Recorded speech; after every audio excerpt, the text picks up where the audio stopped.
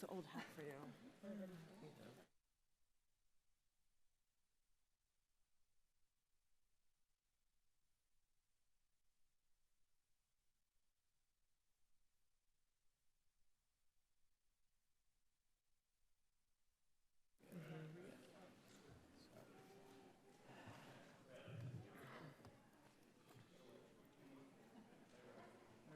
I never have before. But I've done a lot of speaking in front of hostile audiences, but different kinds, like different countries. Right. Combatants. Right. Just so you know, this side of it, the Democratic witnesses, this side is Republican. Right. Yeah, no, great. Thank you.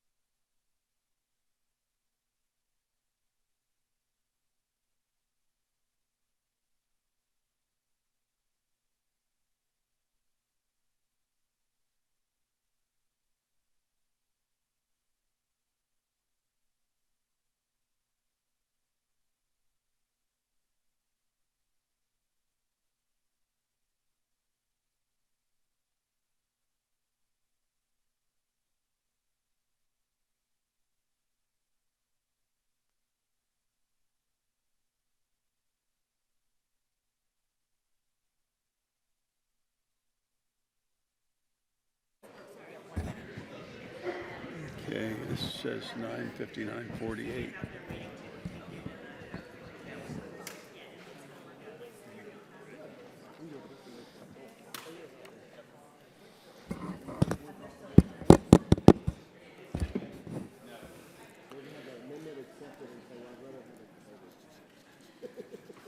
I'll ask all members to take their seats. Time of 10 o'clock.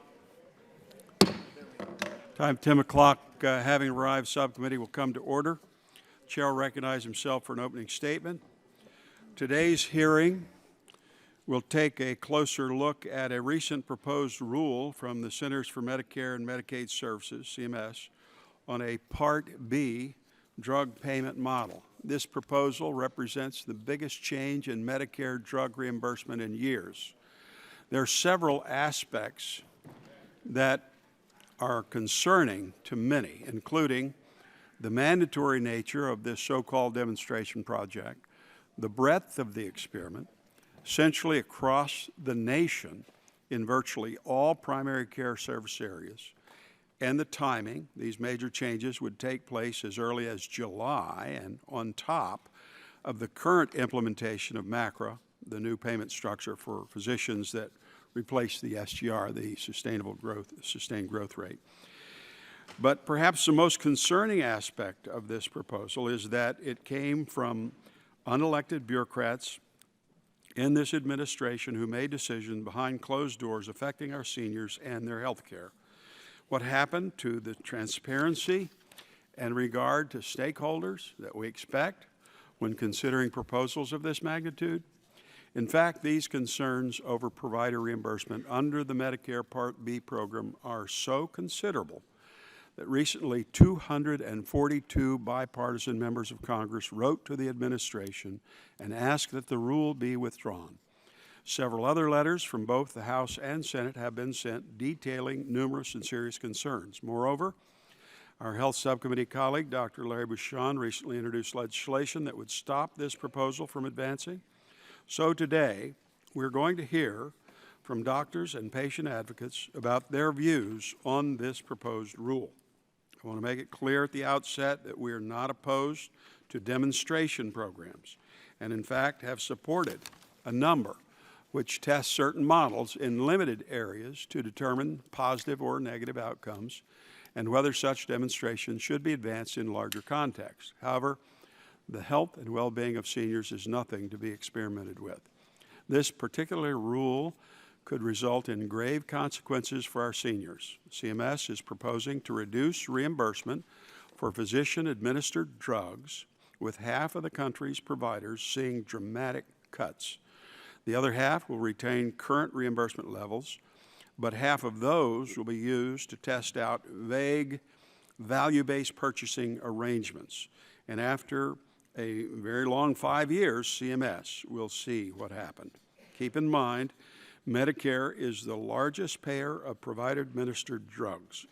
The Part B program covers provider-administered injectables and certain other drugs.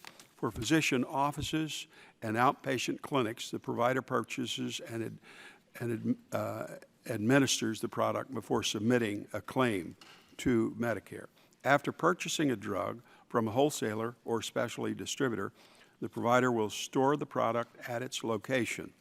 The provider then administers the drug to the patient, and after the patient receives the drug and any other medical care, the provider then submits a claim for reimbursement, hence the term buy and bill, because the medical claim is submitted after the provider has purchased and administered the drug. The Medicare Prescription Drug Improvement and Modernization Act of 2003, MMA, requires Medicare to use a drug's average sale price, ASP, plus 6% for reimbursing provider-administered injectable drugs. ASP is based on the manufacturer's actual selling price, minus all price concessions. CMS asserts this system somehow gives incentives for physicians to prescribe more expensive drugs. Therefore, has proposed this nationwide two-phase experiment which would allow half of the providers to continue to be reimbursed at ASP plus 6%, while the other half would receive the lower ASP plus 2.5% rate plus a fixed $16.80 payment. However, with the impact of sequestration calculated in, the reimbursement falls to nearly ASP plus 0%.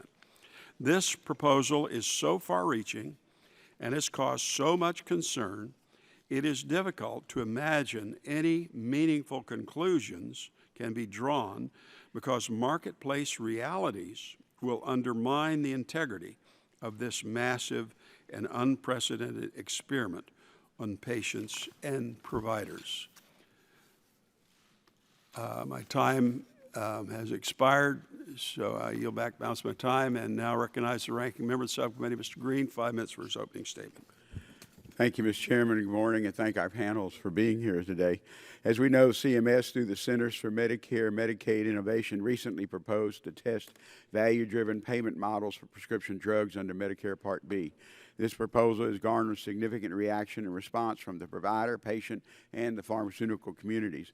I appreciate the chair for having this hearing today and hope this committee will take the opportunity to examine the proposal's merits and drawbacks. While the loudest voices have been opposed to the model outright, it is important to thoroughly evaluate the issue CMS is attempting to address and look at the proposal with calm and reason.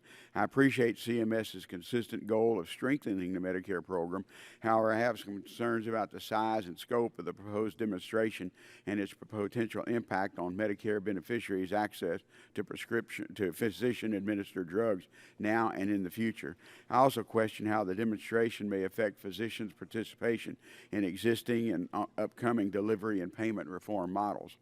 Currently, Medicare Part B pays physicians and hospital outpatient departments the average sales price, or ASP, of a drug plus a 6% add-on on payment, commonly referred to as ASP plus 6. Medicare pays ASP plus 6 for drug regardless of the price paid to acquire the drug. MedPAC and others have raised concern that the 6% add-on may create incentives to use higher-priced drugs when lower-priced alternatives are available and appropriate for the patient.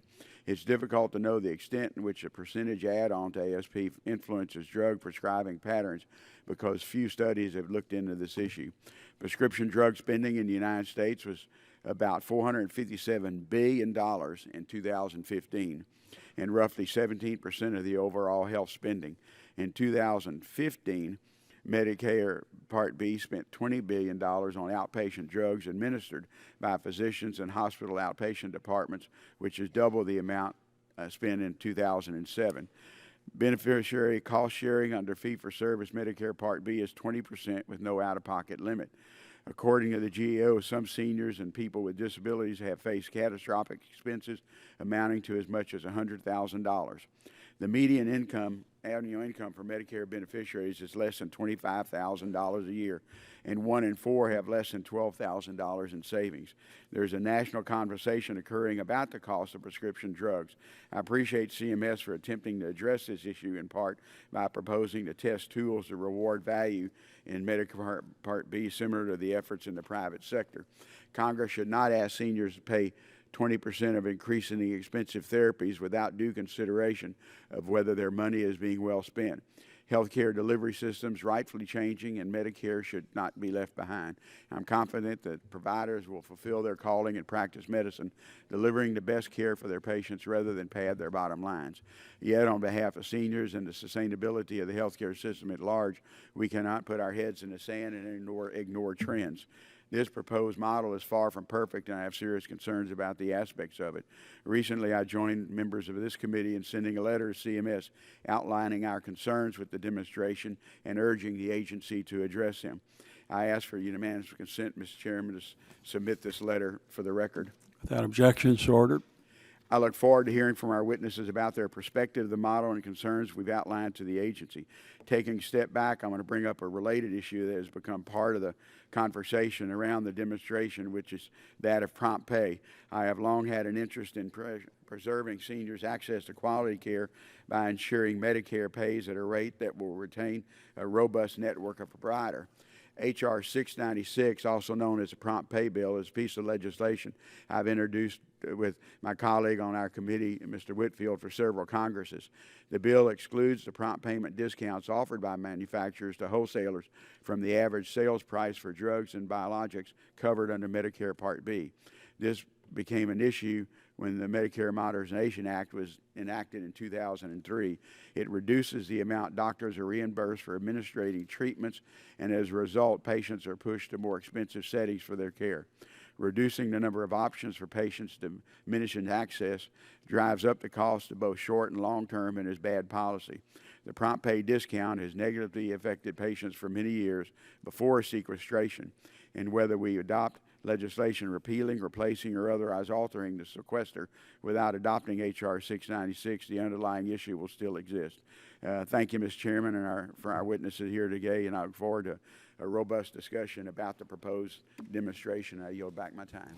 Chair, thanks, gentlemen, and now recognize the Vice Chair, Full Committee, Ms. Blackburn. 5 minutes for opening statement. Thank you, Mr. Chairman. And I do want to say welcome to our witnesses. I think that you can tell from the chairman's statement and you'll find out from the questions that you hear, we are all very concerned about a couple of things that are happening with the demonstration project. Number one, rural areas. They're already challenged, and I have 19 counties in my district in Tennessee. And some of the more rural counties are quite concerned about this, and healthcare providers are very concerned about this and fear that this may be the type component that pushes some of these providers to the brink and out of the business in service areas. So we are very concerned about that, especially when it comes to things like cancer and getting the appropriate treatments. And Mr. Chairman, I would like to include for the record a letter that is dated April 29th from Senator Grassley to Secretary Burwell. Senator Grassley has made specific inquiries of the Secretary if this model is in fact a clinical trial, but without the typical patient safeguards. And I understand that clinical trials are important.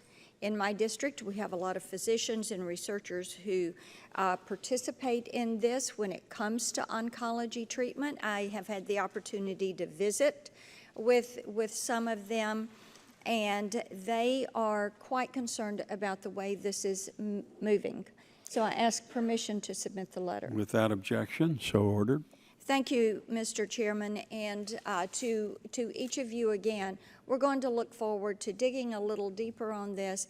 Access to the right type care at the right time is essential for positive outcomes, and so we will be seeking your guidance. And with that, I will yield to any other member of the committee seeking time, or will yield back. All right. Yield back. Without objection, lady yields back, and now Chair recognizes the ranking member of the full committee, Mr. Pallone. 5 minutes for opening statement. Thank you, Mr. Chairman, and thanks to the witnesses who will be testifying today. I think we would all agree that it is critical we continue to transform our healthcare system into one that incentivizes value over volume. That is a theme we heard time and again when we worked together to repeal the SGR and replace it with a payment system that rewards doctors for the quality of care they give to seniors. And we were all in agreement that more care must be replaced with better care. The status quo, we said, was unsustainable. The success of this kind of delivery system reform, however, is not possible if we do not give Medicare the tools to stay in business. Medicare must be able to innovate just like the private sector is doing, and that's why I support the Innovation Center that was authorized in the Affordable Care Act, because it allows Medicare to test new models that improve care and save money. Now, we've all heard loud and clear that there are concerns with the Center's most recent proposal to change the way we reimburse doctors for drugs administered in their offices under Part B. I look forward to hearing more from our witness today about the rule. I don't think anyone here would claim this proposal is perfect. I'm particularly interested in hearing about how to ensure that seniors have access to necessary drugs. I'm also interested in better understanding how we can ensure that the evaluation of this proposed model is robust and thorough before it's expanded. To date, there have been widespread engagement ranging from comments from stakeholders to letters from members of Congress. This feedback is an important part of the process, and I believe the administration will take into account these concerns and make changes to address them in the final rule. So I'd like to now yield the remainder of my time to Congresswoman Schakowsky. I thank the gentleman for yielding. I strongly believe that lowering drug prices is imperative to the sustainability of our healthcare system, especially our public insurance programs like Medicare, and I support CMS's proposal to create a demonstration project for drugs paid under Part B. Luckily, I'm not alone. Many organizations that represent beneficiaries, insurance companies, and consumer organizations, including AARP, Aetna, the AFL-CIO, the Alliance for Retired Americans, AFSCME, the American Federation of Teachers, Center for American Progress, Center for Medicare Advocacy, Doctors for America, Consumers Union, Families USA, Justice and Aging, Kaiser Permanente, Medicare Rights Center, National Committee to Preserve Social Security and Medicare, the National Education Association, the National Partnership for Women and Families, and the Boilermakers, among others, support this proposal. And I'd like, Mr. Chairman, to enter their letters of support for the Part D demonstration project into the record. Without objection. So I'd also like to enter into the record several additional statements of support from many of those same groups, as well as the United Steelworkers, the Public Sector Healthcare Roundtable, United Auto Workers, and the Academy of Family Physicians supporting CMS's proposal. without objection, so ordered. And thank you. And I'd also like to enter into the record a letter signed by 20 members of the House and a letter signed by 11 senators supporting CMS's proposal. Without objection, so ordered. Yet every time we attempt to do anything to rein in drug costs, we are met with fierce opposition. We are actively reforming every other aspect of our healthcare system to pay for value except pharmaceuticals. In fact, drug manufacturers are the only one entity that can charge Medicare anything they want for their products. We would never accept that from any other entity in our healthcare system, and we should no longer accept it from pharma. The proposal from CMS is not final. They have committed themselves to working with stakeholders to address their concerns. In fact, CMS has indicated that they would be open to changes, including the scope of the proposal and exceptions for small and rural providers. But all we hear today is no, with no alternative ideas on how to realign incentives and reduce drug costs for beneficiaries, and that is not good for anyone anymore. We cannot continue on this unsustainable path where drug costs rise faster than overall health costs and patients are bankrupted in order to pay for the life-saving drugs that they need. You know, in some ways, I would rather find out that there is no cure for a certain disease that I have than know that that cure is right there in front of me, but I simply cannot afford it. Because I don't have the dollars to pay for it, I can't get that cure. This is unconscionable. I think it's also un-American, and I yield back. Gentlemen's time's expired. As usual, all opening statements of the members will be made a part of the record. I have a UC request as well. I'd like to submit the following documents for the record. Statements from the National Council on Disability, the Healthcare Leadership Council, the American College of Rheumatology, the Academy of Managed Care Pharmacy, letters from the ASP Coalition, 24 members of the patient community, Partnership to Improve Patient Care, the American Association of People with Disabilities, and over 80 other patient advocacy organizations, Senate Finance Democrats, Representative Scott Peters, 25 Democratic members, Senate Finance Republicans, and we also completed a review of 218 comments from state and national groups, as well as over 800 individuals. The vast majority of comments express concern and urge withdrawal. So at this point, I'll introduce the witnesses in the order that you will present testimony. First of all, we have Dr. Deborah Patt, MD, MPH, MBA, Vice President, Texas Oncology Medical Director, the U.S. Oncology Network Chair, Clinical Practice Committee, American Society of Clinical Oncology, Editor-in-Chief Journal of Clinical Oncology, Clinical Cancer Informatics, and Board Member, Community Oncology Alliance. Welcome. Then, let's see, Dr. Michael Schweitz, MD, FACP, MACR, National Advocacy Chair, Coalition of State Rheumatology Organizations, CSRO, Ms. Marsha Boyle, President and Founder, Immune Deficiency Foundation, Ms. Heather Block, Patient Advocate, and Mr. Joe Baker, President, Medicare Rights Center. Thank you for coming today. Your written testimony will be made a part of the record. We ask that you summarize. We'll give you each 5 minutes for your summary. So at this point, Chair recognizes Dr. Patt, 5 minutes for your opening statement. Chairman Pitts and Ranking Member Green, thank you for the opportunity. Make sure your button's on. Is that on? The red light's on? Yes, sir. Okay, there you go. Chairman Pitts and Ranking Member Green, thank you for the opportunity to testify today on behalf of Texas Oncology, the U.S. Oncology Network, the Community Oncology Alliance, and the American Society of Clinical Oncology regarding the oncology community's grave concerns with the proposed Medicare Part B drug payment model. My written statement provides numerous arguments against the CMS proposed model, but with the limited time I have today, as a physician, I will tell you why this is bad medicine for patients. I am Dr. Deborah Patt, and for 13 years, I've been providing care to cancer patients in Texas. As a physician, quality care and value are the standards by which I practice every day. My patients often face life and death situations, and my responsibility is to help them choose and then deliver the personalized treatment for their disease. Increasingly, the time I have to spend with patients is consumed with overcoming a complex maze of administrative obstacles to provide treatment. But the CMS proposed model is not just another hurdle.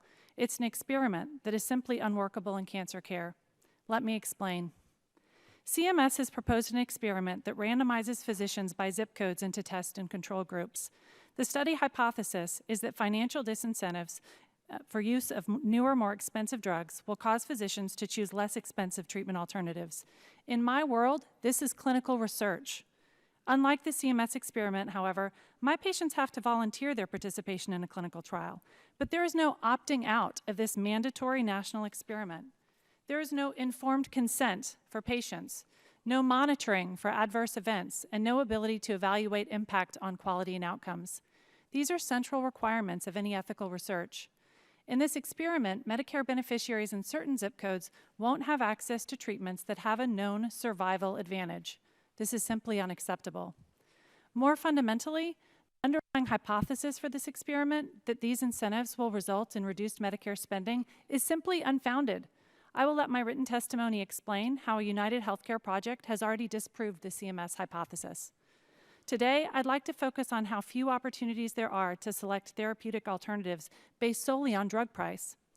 10 years ago, when I met my patient Karen, who has metastatic breast cancer, she couldn't walk. She couldn't stand without pain. Her bones were riddled with disease, and she was told there was no hope. Within a year of meeting Karen, she developed metastatic breast cancer to her brain. 10 years ago, we knew that patients with metastatic breast cancer to their brain lived an average of a few weeks. Karen had an option of a different treatment because her disease amplified a receptor called HER2, and she was given a novel and targeted therapy that we know would change her course dramatically. In the last 10 years, Karen has had some disease progression in her brain, but she's lived to see her son get married, and she danced at his wedding. She's lived to see her first grandchild be born and grow into school age, and she continues to receive targeted treatment today and enjoys a good quality of life. These targeted therapies are expensive, but the alternative treatment to these expensive medications would lead to an early death. Premature death is not a treatment alternative. When I started my fellowship at the MD Anderson Cancer Center in 2003, myeloma patients lived an average of 3 years. Usually there were 3 years of toxic therapy. Today, an average myeloma patient lives greater than 7 years due to new novel therapies, and they live better because myeloma has become a chronic disease where many patients have remission for many years. The treatment is expensive, but the lower cost alternative would shave years off their life and diminish their quality of life as well. I remind the committee that Medicare covers 60% of cancer patients, and the number of Medicare beneficiaries are growing every day. The CMS experiment has the potential to affect treatment options and outcomes for the most significant and vulnerable segment of the population fighting cancer. Interfering with a physician's ability to act in the patient's best interest is counter to our core values and certainly inconsistent with the good work Congress has done to advance high-quality, high-value care to every American. It is not who we are. Like everyone here today, I am very concerned about the increasing costs of treating cancer, especially rising drug prices. However, as I outlined in my written testimony, the CMS proposal will not only fail to reduce drug prices, but in fact it will likely increase costs. In closing, I want to thank the members of the committee for their extraordinary support of community-based cancer care. Many on this panel, and even more on the full committee, have introduced legislation, authored amendments, and led letters to improve cancer care and access for our patients. Most recently, thank you to Congressman Bouchon for introducing H.R. 5122. On behalf of oncologists nationwide, thank you for holding this hearing to highlight the serious concerns around the CMS proposal. I know we share the common goal of providing high-quality medical care to Medicare beneficiaries, and thank you for your work on their behalf. When it's appropriate, I'm happy to answer any questions. Chair thanks the gentlelady and now recognizes Dr. Schweitz, 5 minutes for your opening statement. Thank you, Chairman Pitts and Ranking Member Green, for inviting me to testify today on behalf of the Alliance of Specialty Medicine and the Coalition of State Rheumatology Organizations. The Alliance is a coalition of national medical societies representing specialty physicians in the United States. The CSRO is a group of state and regional rheumatology societies primarily made up by community practitioners formed to ensure access to the highest quality care for rheumatologic disease. I'm a practicing physician and I spend the vast majority of my time taking care of patients. I am here today to discuss our concerns regarding the Part B demonstration project and to support Dr. Bouchon's bill, H.R. 5122. I note for the committee that our concerns track those expressed in the letter CSRO signed, together with more than 300 stakeholders urging withdrawal of the demo. We have expressed our procedural concerns in my written testimony, but today I will focus on our substantive concerns, including prescriber behavior, patient access, and sustainability. First, clinical decision-making is not influenced by the add-on cost. We take issue with the underlying premise of the rule, which is the belief by CMS that clinical decision-making is driven by the opportunity to maximize revenue. Data supporting this premise is not existent. In fact, a recent report by Magellan looked at utilization of rheumatoid arthritis medications and found that physicians are not routinely prescribing the most expensive product. In fact, in 2014, in the physician's office, the most expensive product was one of the least prescribed.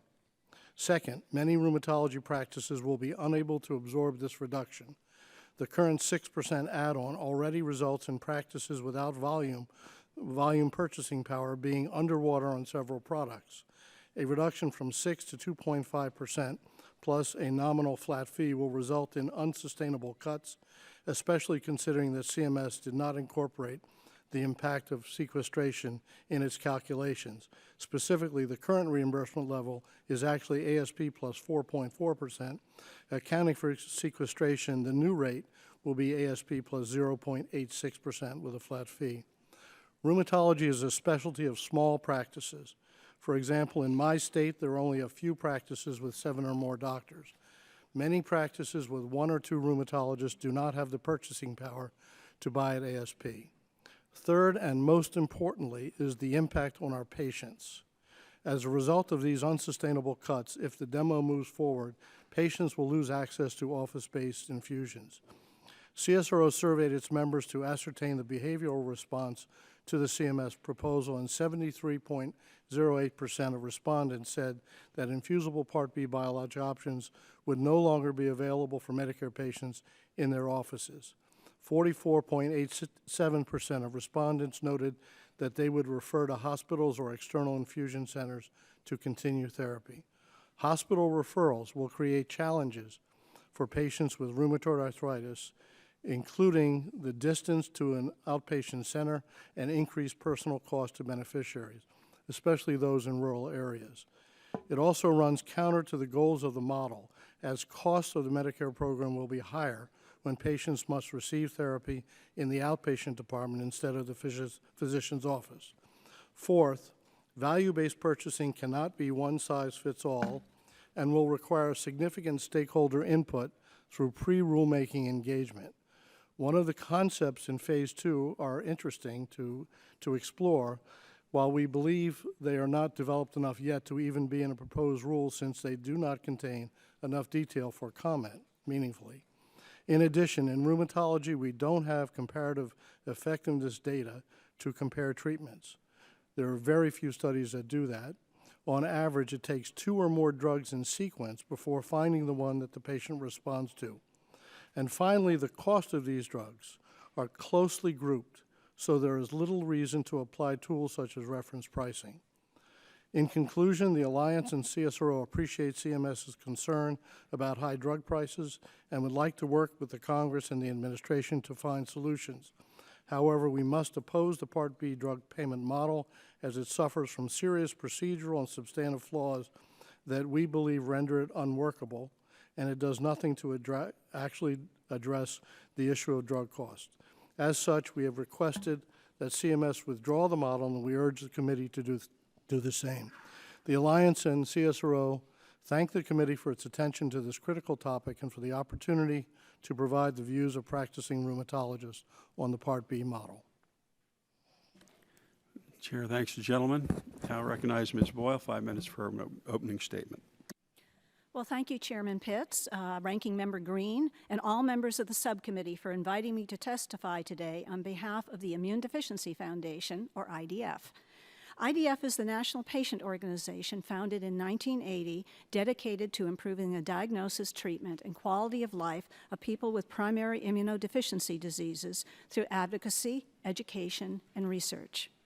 Primary immunodeficiency, or PI, represents a group of more than 250 rare chronic genetic diseases in which part of the body's immune system is missing or functions improperly, resulting in decreased ability to fight infection. Approximately 250,000 people are diagnosed with PI in the United States. Many require lifelong, life-saving treatment with immunoglobulin replacement therapy, or IG therapy, to replace antibodies needed to fight infection. When patients cannot access IG, their lives are threatened, and they experience more doctor visits, hospitalizations, and time away from work and school. I'm here today representing IDF and patients with PI, including my own son, who was diagnosed as an infant. We have serious issues with the Part B model and have asked CMS to withdraw it. In addition, we signed a letter expressing these concerns led by the Arthritis Foundation and 24 groups representing millions across the country with wide-ranging conditions such as lupus, mental illness, cancer, and the healthcare needs our veterans face. Our concerns are rooted in our experience with a previous Medicare reimbursement change that resulted in many of our Medicare patients losing access to their life-saving treatment. Starting in 2005, there were significant reductions in reimbursement for IG products as a result of the Medicare Modernization Act, which changed Part B drug reimbursement from the average wholesale price to ASP plus 6%. In 2007, 2 studies by HHS reported on the difficulties physicians and specialty pharmacies had obtaining IG at the Medicare reimbursed price and the impact on patients' ability to obtain their infusions. One noted that 61% of responding physicians indicated that they had sent patients to hospitals for IVIG treatment because of their inability to acquire adequate amounts of IVIG or problems with Medicare payment. But the problems were even bigger than that. Many patients lost access to IG, not only in the physician's office, but in the home as well. Thankfully, Congress responded by passing the Medicare IVIG Access Act with overwhelming support, including support from every member of this subcommittee who was in Congress at that time. This demonstration is currently underway, and IDF anticipates it will lead to a permanent fix in the current Medicare home infusion benefit for IVIG.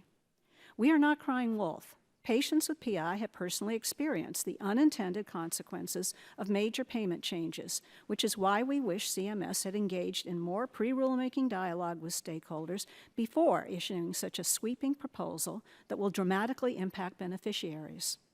In addition, our fear is that the proposed Part B model, which explicitly includes the ongoing Medicare IVIG access demonstration, will undercut this demo. Some specialty pharmacies report that they are already close to underwater with ASP plus 6 and low payment for their items and services. With regard to the so-called value-based purchasing tools contemplated by CMS for Phase 2 of the model, there is insufficient detail on the concepts proposed to comment one way or the other. And this is particularly troubling because we have never seen any definition around what value actually means, particularly to patients. Our patients have extensive experience with private insurers using the word value as a guise for implementing cost-cutting tools that deny or delay access to needed treatments. This experiment needs significant stakeholder input and requires true dialogue with those who will be affected, especially patients. We also have procedural concerns with the model. The Innovation Center is authorized to test innovative delivery models to reduce program expenditures while preserving or enhancing the quality of care furnished to beneficiaries. However, the model is not a test. It contains a Medicare program change. In addition, we are concerned that this policy change does not preserve or enhance the quality of care for beneficiaries. In fact, we are convinced it will reduce quality and access for our patients. In conclusion, IDF has urged CMS to withdraw the Part B drug payment model and requests that Congress do everything in its power to stop this harmful experiment from moving forward. It jeopardizes beneficiary access to needed medications, is the result of an opaque and poorly thought out process, and may actually increase costs to the Medicare program. I thank the committee for its attempt to create accountability in the CMS process and for the opportunity to present the potential implications of the model for patients with PI. Chair, thanks, gentlelady. Now recognize Ms. Block, 5 minutes for your opening statement. Good morning. Thank you, Chairman Pitts, Ranking Member Green, and distinguished members of the Subcommittee on Health for inviting me to testify today.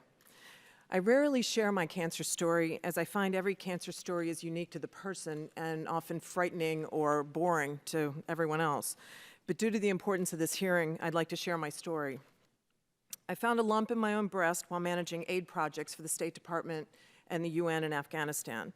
I was mystified as no one in my family had ever had cancer before.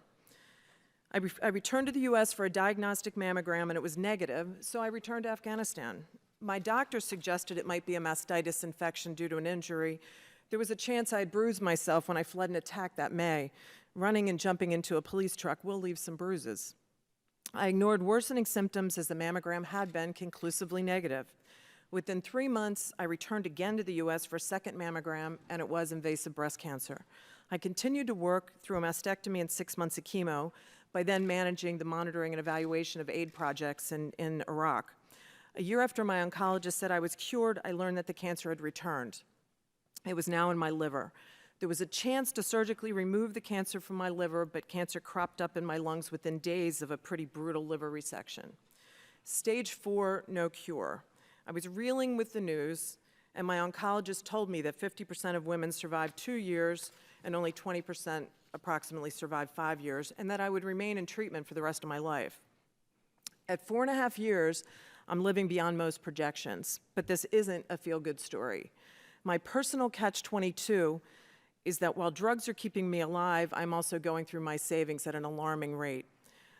I spend a ridiculous amount of time and energy trying to cut costs and drafting budgets based on living longer with less money and rising drug costs, and trying to figure out how to move closer to my cancer center. I do live in a rural area when I cannot sell my house. It is the only asset that cannot be taken from me if I end up declaring medical bankruptcy.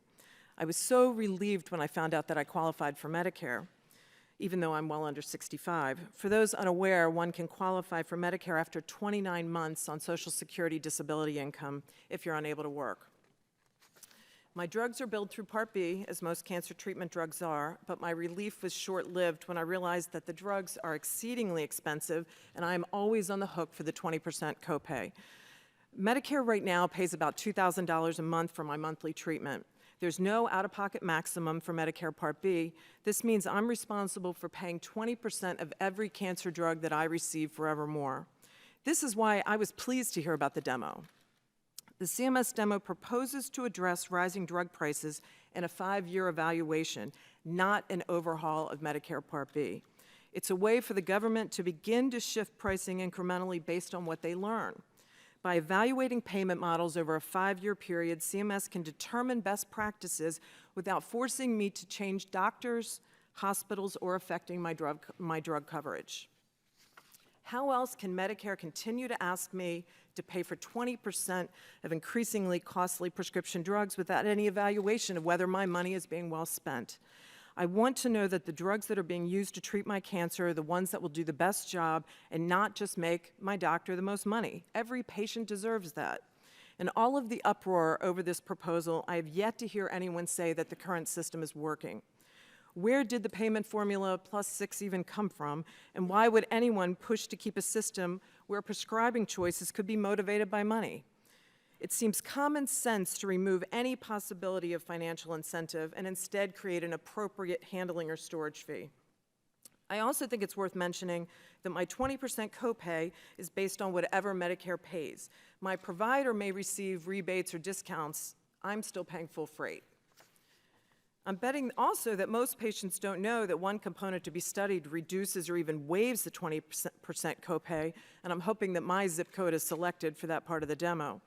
These proposals simply put new options on the table to evaluate tools that are already being used in the private sector. As a taxpayer and a patient, this is exactly what I want our government to be doing, getting the best value for our money. Frankly, we need to start somewhere. The price of drugs is not sustainable. CMS needs to test ways to hold down prescription drug spending. Patients like me should not have to choose between getting life-saving drugs or paying our mortgage. No one should have to fear bankruptcy as much as cancer. Finally, I'd like to share America's dirty little secret. We already have drug rationing. It's called affordability. Drug innovation is meaningless without affordability. Thank you for the opportunity to address the subcommittee, and I look forward to answering any questions that you might have. Chair thanks, gentlelady, and now recognizes Mr. Baker. 5 minutes for your opening statement. Oh, thank you. Chairman Pitts, Ranking Member Green, and distinguished members of the Subcommittee on Health, thank you for the opportunity to testify on the Part B drug payment model. As president of the Medicare Rights Center, I lead a national nonprofit organization that works to ensure access to affordable health care for older adults and people with disabilities through counseling and advocacy, educational programs, and public policy initiatives. The Medicare Rights Center supports the proposed model. The model seeks to realign perverse payment incentives while ensuring that healthcare providers can continue to prescribe the medications best suited to the individual needs of patients. The model also brings innovative, value-based payment strategies being used in the private market to the Medicare program. Transitioning Medicare to a system that reimburses on the basis of value is an aim supported by diverse voices, including patients and consumers, physicians, hospitals, health insurers, and others. This objective will not be realized if pursued only in silos, meaning that prescription drugs, including Part B medications, must be part of these reforms. Beyond improving the quality of care delivered to beneficiaries, the proposed model may help the Medicare program by promoting more efficient use of program funds. Last year, Medicare spent $22 billion on prescription drugs, double the amount spent in 2007. The Medicare Rights Center answers nearly 17,000 questions on its national helpline and provides educational resources to over 2 million individuals each year through MedicareInteractive.org and other means. Challenges affording needed health care are a common theme heard on our helpline. Sky-high cost sharing for Part B drugs is a notable concern, most often for cancer and immunosuppressant medications. Many of these cases involve beneficiaries with original Medicare who lack adequate supplemental coverage. Estimates suggest that between 10 to 14% of beneficiaries only have original Medicare, making them responsible for a 20% coinsurance on all Part B services with no out-of-pocket maximum. These beneficiaries can be exposed to catastrophic costs, which can reach as high as over $100,000. Calls to withdraw the Part B payment model fail to acknowledge the very real and unrelenting beneficiary access challenges that exist under the current payment system, not merely hypothetical ones. We commend the Centers for Medicare and Medicaid Services for proposing to test solutions that have the potential to alleviate calamitous cost burdens, which cause too many older adults and people with disabilities to forego care. And we urge members of Congress to support and strengthen the proposal. The Medicare Rights Center engaged in this very process. Our comments on the model focus on the need for enhanced monitoring and oversight. Among the topics we addressed were concerns raised about how the model might shift how care is provided, such as from community practices to hospital settings. Though we note that such shifts are already occurring and that shifts predicted in the past were not as draconian or dramatic as projected, we identified practical solutions that we believe can address this and similar concerns, such as the creation of a dedicated ombudsman for this payment model. We encourage CMS to carefully weigh comments submitted by diverse stakeholders, and we urge members of Congress to ensure that the proposal moves forward with refinements that reflect concerns identified through the comment process. Prohibiting the payment model from moving forward would perpetuate a system that allows patients with less to go without needed care and halt progress in transforming how Medicare pays for care and saddle taxpayers with the unrestrained cost of prescription drugs. People with Medicare and taxpayers deserve a Medicare program that pays for high-value, innovative health care. We believe the Part B payment drug model, presents an important opportunity to ensure that Medicare meets this high bar. Thank you. Chair, thanks, gentlemen. Thanks each of the witnesses for sharing your expertise with us.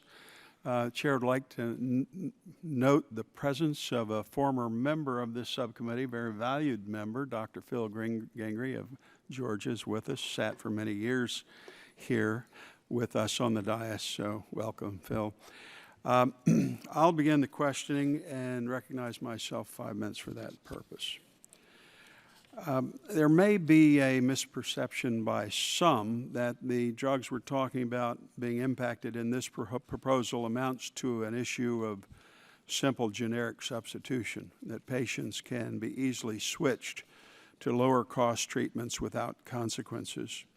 However, I know that many of these drugs do not have alternatives that are clinically interchangeable, that even treatments that may appear similar can have different effects on individual patients. Many other patients only have one effective treatment option. So, Dr. Pat, we'll start with you and go to Dr. Schweitz. What have you seen in your own practical experience? What are some of the adverse effects that could occur if patients aren't able to access their most appropriate prescribed treatment? Thank you. I think there are many unintended consequences of this policy. When Avalier did an analysis of the proposed Part B payment model, they demonstrated that for drugs that cost more than $480, that many practices would be underwater. We know that even in the ASP plus 6, which is not really AS plus 6 model today, that 25 commonly used oncology drugs are in fact underwater. So high-cost drugs would commonly be underwater. And this is a disproportionate burden on oncology practices because we have a higher percentage of more expensive drugs. Unfortunately, many of the new innovative products that we have that are very effective don't have generic treatment alternatives, don't have interchangeable options that are a lower cost. And so by not allowing practices to use or not having practices be able to purchase drugs and give them to their patients, it diminishes the Medicare beneficiaries' access to care. An example of that is pembrolizumab, which is an immunotherapy in melanoma. So we all probably know about Jimmy Carter's story with melanoma, that in August he was diagnosed with a metastatic melanoma to his brain. Because of the advent of targeted therapy, this immunotherapy, pembrolizumab, he informed his Bible school class in December that he was in remission. He would not have access to this treatment in Medicare under this new model. Dr. Schweitz? In rheumatology, we have a limited number of agents, some with different mechanisms of action. Unfortunately, we have no way to predict response. It's pretty much trial and error. The average patient goes through at least 2 drugs before we find one that is effective for that patient. And one of the tenets we like to follow is you don't change a patient who's doing well. We have concerns about the phase 2 of that may dictate that we change medications into, quote, higher value meds, and we don't have a definition of that in rheumatology. In the private world, in the commercial world, there are, quote, value programs which are really only directed at cost and don't take into account the patient's individual responses. So it's a difficult problem to try to change medications to a, quote, more effective or, quote, more value-based medicine when it doesn't exist. Ms. Boyle, did you want to add anything? Well, I agree with the sentiments because I've seen my own son, for instance, be on a 5% immunoglobulin product change to a 10% and collapse on the floor twice when they were trying to get used to it. He is now in his late 30s and has been on a wonderful immunoglobulin product for years, and he's all of a sudden having reactions. He's having high blood pressure and try to control the reactions, and thankfully there's a subcutaneous option out there that he's able to take, a higher percent solution.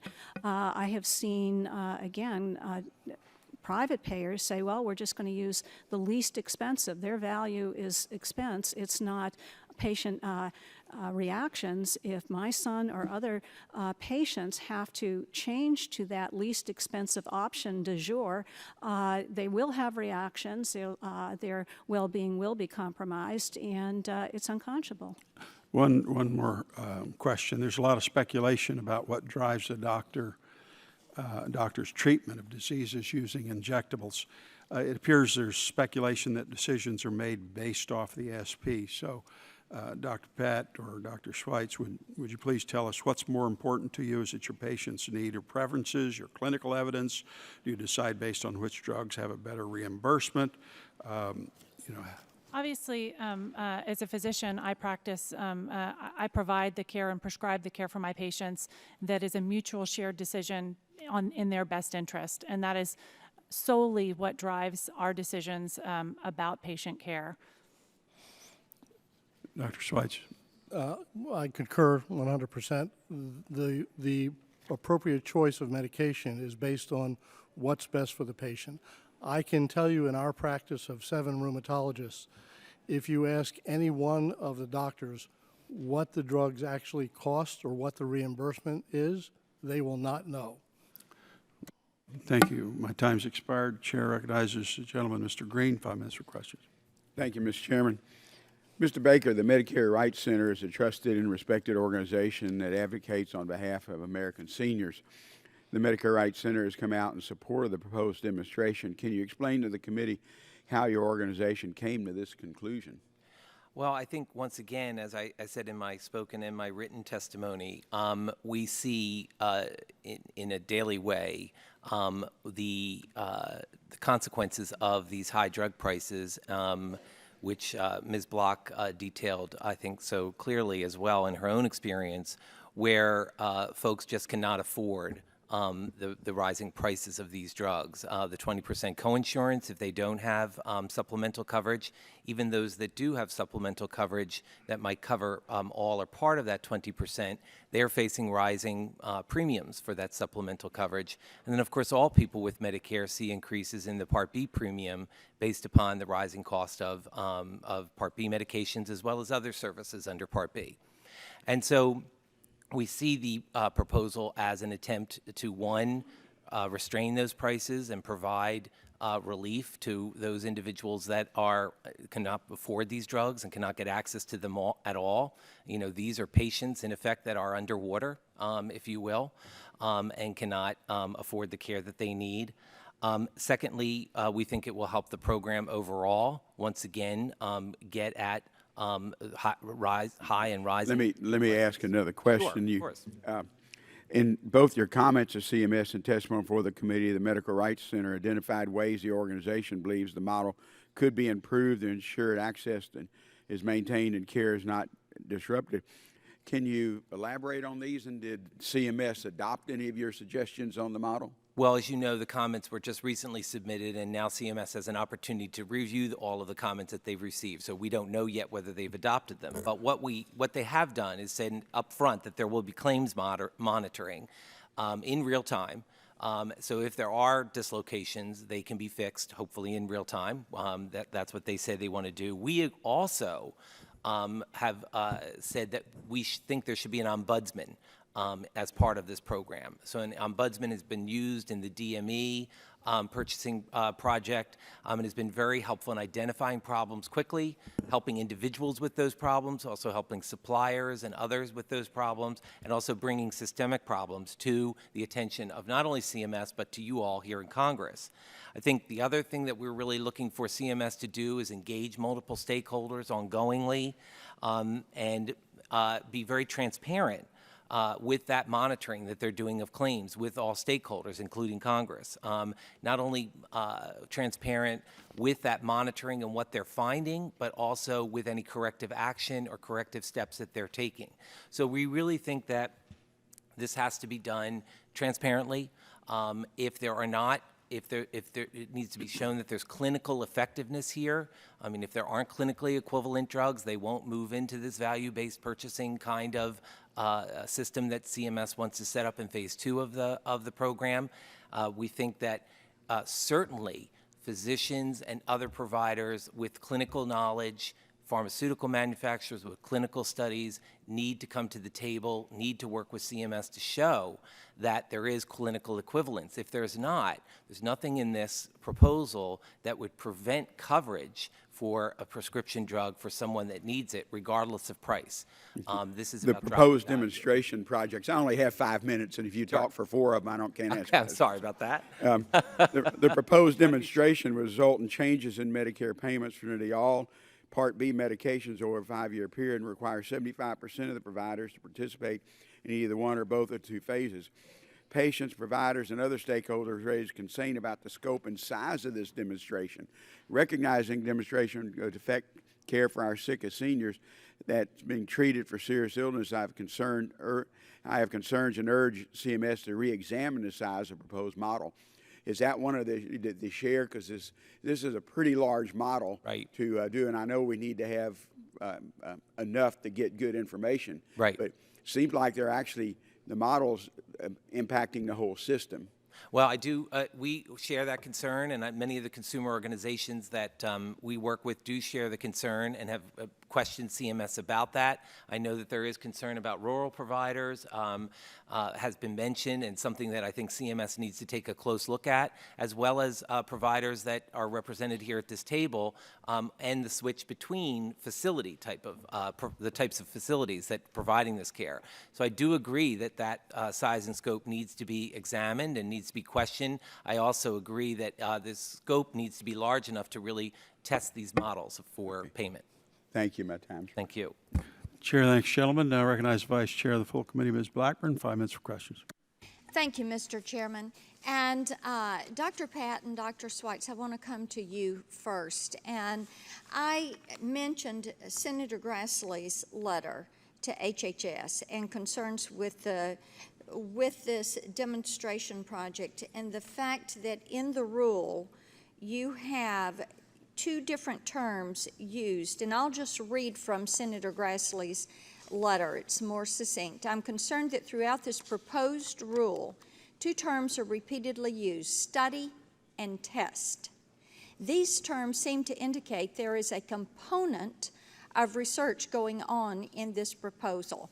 So what I want to ask you, each of you, to weigh in on, because you've got oncology, rheumatology, when you have read this rule, do you see this as being clinical research, or do you just see it as being a test that they have thrown out there? And Dr. Pat, I'll come to you first. Representative Blackburn, thank you. I do see this as an experiment, but we conduct clinical research in our cancer center, and patients have informed consent.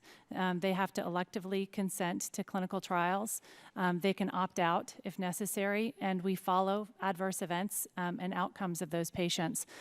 In addition, clinical trials are to investigate potential enhancements. We know that this experiment would decrease the availability of some treatments that have a survival advantage. So this is an experiment that would never pass an institutional review board.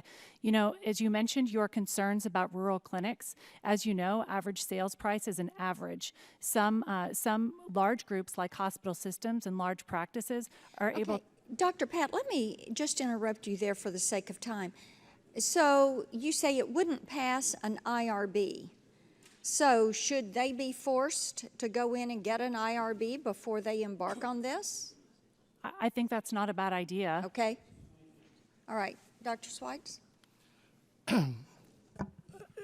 You know, when you look at the goals of this plan, initially it appeared that it was to direct a way to save costs. But in meeting with CMMI, we realized, we were advised that this is budget neutral. And if you look at the rule, it's budget neutral. So the goal of the program then is to collect information, which makes it a study, a test. So if the goal is to collect information and the patients are part of that process, they should be signing informed consent. They should be notified. This is going to impact their treatment. There may be changes in their treatment directed by phase 2, and they should be part of the process of consent. Okay, thank you for that. Dr. Pat, I want to come back to you. As I mentioned in my opening, we are very concerned about access and the impact that this demo is going to have on access in the rural areas. And I have talked with so many of my healthcare providers, and I want you just to lay out what you see as being the impact on rural Medicare access for oncology services. Thank you for that opportunity. I think that this will be a burden disproportionately hitting small practices in rural areas. And the reason for that is because average sales price is by its very nature an average. Some people will pay higher amounts for procurement than that average, and some people will pay lower amounts. Larger hospital systems and larger practices have the ability to have contracting arrangements where they purchase at a lower price. What this means is that smaller practices disproportionately pay a higher amount. You can imagine if in the new model, which is ASP plus 0.86%, given prompt pay discounts, sequestration, and the 6-month delay in increasing prices, that if you have a 1% difference in smaller practices, they will lose money on all the drugs that they buy. And so, it will be impossible for smaller practices in rural areas to be open. What I think that you'll see as a natural unintended consequence of this policy is that you'll have a shift in site of service to hospital outpatient departments, and you'll have decreased access where patients in rural areas will have to travel further distances to receive care. I think that that's not in our best interest, as we already have deficiencies in service in rural areas today. I thank you for that, and I agree with you. I think what we're going to see, this type of disruption in the healthcare marketplace is going to lead some people to feel they have to abandon a certain protocol or therapy or course of care and go to something that maybe is not as fitted to them. So I yield back my time. Thank you, Mr. Chair. Chair, thanks, gentlelady. Now I recognize the ranking member of the full committee, Mr. Plone. 5 minutes of questions. Thank you, Mr. Chairman. My questions are of Mr. Baker. The Medicare Rights Center's mission is to advocate for access to health care for Medicare beneficiaries. In addition to public policy initiatives, the Medicare Rights Center helps beneficiaries on the ground through educational programs and counseling, including a national helpline that provides direct assistance to Medicare beneficiaries and their friends, family, and caregivers. And with beneficiary access as Medicare Rights Center's sole focus, we in Congress should take seriously your recommendations to ensure that patient access is not disrupted by the proposed Part B drug payment demonstration project. In your testimony, you mentioned some monitoring and oversight ideas for the proposed demonstration that CMS should adopt in its final rule. Could you just please discuss these proposals a little further and how they can help ensure that patients are getting the care they need, and when have similar provisions worked, or have they worked in other programs in Medicare? Of course. Thank you. First of all, in the proposal as written, there is claims monitoring, and that's so that and CMS is saying that they can fix problems that arise in real time with that claims monitoring.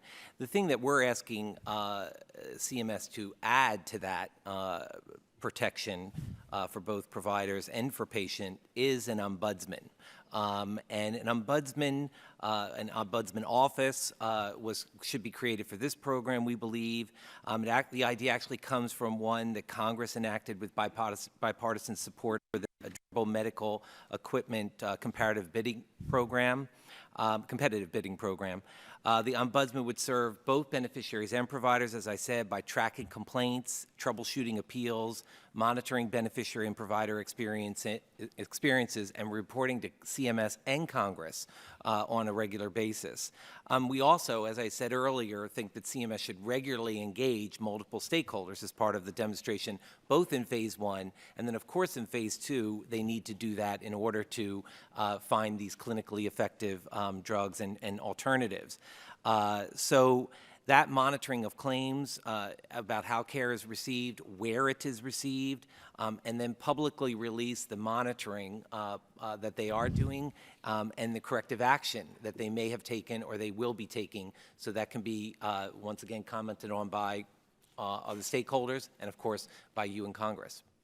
Now, I was going to ask, unless you think you've already answered this, what should CMS do to evaluate the results of the demonstration projects to ensure that if they move forward and expand it, that Part B drug payment policy best suits the needs of Medicare beneficiaries? Yeah, I think the claims data monitoring is something that is already in there that will help evaluate it. We also think there should be additions to that. So we think that there should be patient experience surveys and focus groups of patients and providers as part of the evaluation to track the beneficiary experience with differing payment models.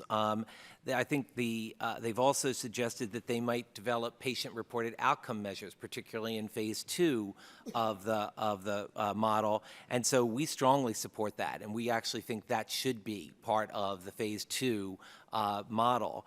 And I think there should be multiple metrics that CMS use. We don't have a patent on what those metrics are.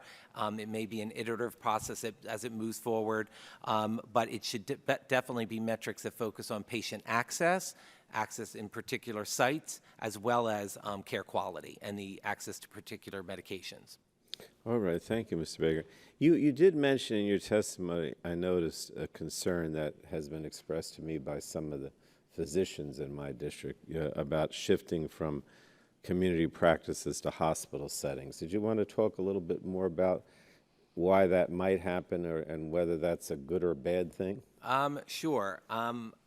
First of all, I would say, we certainly want to see Medicare beneficiaries have access to care in whatever setting is appropriate for them and the most convenient setting to them. So, that is important to us, and I think that's why we urge CMS to monitor any unintended consequences vis-a-vis settings. I think what we saw when we moved from AWP to ASP was a lot of concern about settings and moving to different settings, and some of those concerns proved not to be that significant. That movement from physicians' offices to hospital outpatient is happening regardless of this model. And so it is something that we need to be concerned about, and it has a larger causation from consolidation that's happening across the healthcare market. Thank you very much. Thank you, Mr. Chair. Chair, thanks, gentlemen. Now I recognize the Vice Chair of the Health Subcommittee, Mr. Guthrie. 5 minutes for questions. Thank you. Thank you all for being here to testify, and thanks for your service overseas. I often talk of experience I had in Yemen when I'm not as a service person, but in my role here, and talk about the men and women in uniform that are over there serving. And I always point out, I said there are a lot of people in civilian clothes they're serving too from the Department of State and putting themselves in harm's way as well. So thanks for what you do in serving. But I do have a couple of questions for the physicians here. I know a couple of you said you view this as a test. Some of us believe this is a way, the rule actually amends what we think is the statutorial set formula, which is the price plus 6% and subject to sequestration. So it's really quite less, 4.2%, I believe. But and so the concern is they're using this process to amend the statute. So wherever you are on what the policy should be, I think all of us on the dais up here, both sides should be concerned that our statutory authority, our legislative authority is being, I think, infringed upon. But one thing that we did all agree on was MACRA last year, and we all wanted to put MACRA in place because we all realized that people are in situations like Ms. Block, and we need to come up with a system that takes care of patients, that's sustainable, that works. And I've often said when I talk about MACRA, if we don't have everybody together, patients, providers, if it just comes from Washington, it's not going to, and goes out into the, where I think Mr. Baker talked about unintended consequences that could come need to be monitored. The way that you eliminate those the most is that you have everybody involved going forward, and because I don't know what happens in rheumatology practice. I mean, people who practice it tell me, but I think if we all sit down, or unfortunately I haven't had been through an oncology practice as well. But so I just want to look at the way this rule came about, and we were troubled that, unlike other CMMI initiatives, it was negotiated behind closed doors, mysteriously placed on a website and then taken down, as far as I can tell, without any input from providers, patients, or other affected stakeholders. And can the physicians here, can you speak to CMI's engagement with stakeholders prior to issuing this rule? Thank you, Representative Guthrie. So I'll say that this proposal unfortunately did not have stakeholder input prior to it being airdropped. And to your point, was put out without stakeholder input during a time of tremendous system change. So with the advent of MACRA, we've had to infuse tremendous resources in infrastructure and systems changes. For me as an oncologist, to do things like providing a standard treatment plan, standard survivorship counseling, patient navigation, ways to collect patient-reported outcomes, ways in which to collect data for the merit-based incentive payment system. It's been a tremendous infrastructure investment. Not only has that been a tremendous infrastructure investment, but my practice, which treats half of Texans, will participate in the oncology care model, and that has been a tremendous infrastructure investment. Okay, I have a question, and I'm going to get Dr. Sweitz next. But so my next question to you was, how is the way this proposal's come forward different than the way that you worked on the oncology care model? How that came forward? We worked in collaboration for 3 years. They got oncologists' input. We were collaborating on how that model was formulated, and many individuals from the U.S. Oncology Network and Texas Oncology participated. This CMS proposed drug proposal had no input. It was put out there without any stakeholder input whatsoever. But the oncology care model was a collaborative effort to try to Yes. look at costs of people in oncology care and try to lower the cost for people in oncology Right, care. and for us in Texas Oncology, it brings in parts of that value because within the U.S. Oncology Network, we have a system of value pathways where we take into account efficacy, toxicity, and cost, looking at the incremental cost effectiveness in comparison to the next nearest comparator. So when you have interchangeable drug opportunities, we will always pick the lower cost alternative. And so that's incorporated in this value-based system that we collaborated with CMS on. That there was a big effort legislatively to put forth last year. Dr. Sweitz, I only have a minute left. I'd like for you to comment on. We did have extensive involvement with MACRA pre-rule, pre-law, so we were not involved in the development of this policy. In fact, I believe that there was guidance to the MACs even before the rule was released. So this was being developed without any knowledge or input of the stakeholders. And I think that's a frustration from our side who are involved, along with all of you and patients in MACRA, is that, we put that took a lot of time. The SGR finally went away. We got MACRA in place, and we're looking at accountable care organizations, value-based. How do we have sustainable systems where people don't get caught in situations like Ms. Block? And how do we avoid that? And then all of a sudden, this rule comes out when we're in the middle of that process and that negotiation that we've all worked so hard on, and it came from nowhere. And came from above without any input, and we really appreciate your testimony. My time has expired. Gentleman's time expired. Chair, and I recognize the gentleman from New York, Mr. Engel, for 5 minutes. Thank you very much, Mr. Chairman. I want to give a shout out to our colleague, Phil Gingrey, who served on this committee for many years. Good to see you, Phil. Let me say to Ms. Block, I was quite moved by your testimony, and I would like to ask you to talk a bit more about why your personal experience has led you to support this demo, even in the midst of so many voices saying that the demo would be harmful to patients.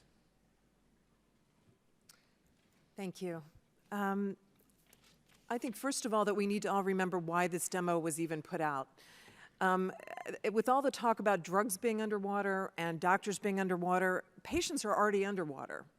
We're already there, and I talk to patients all the time because that's what I do. I end up sitting in chemo rooms talking to other cancer patients, and everyone's struggling. We're struggling to stay alive. We're struggling to pay for our drugs. We're struggling to pay for our mortgage and take care of our kids and do everything else.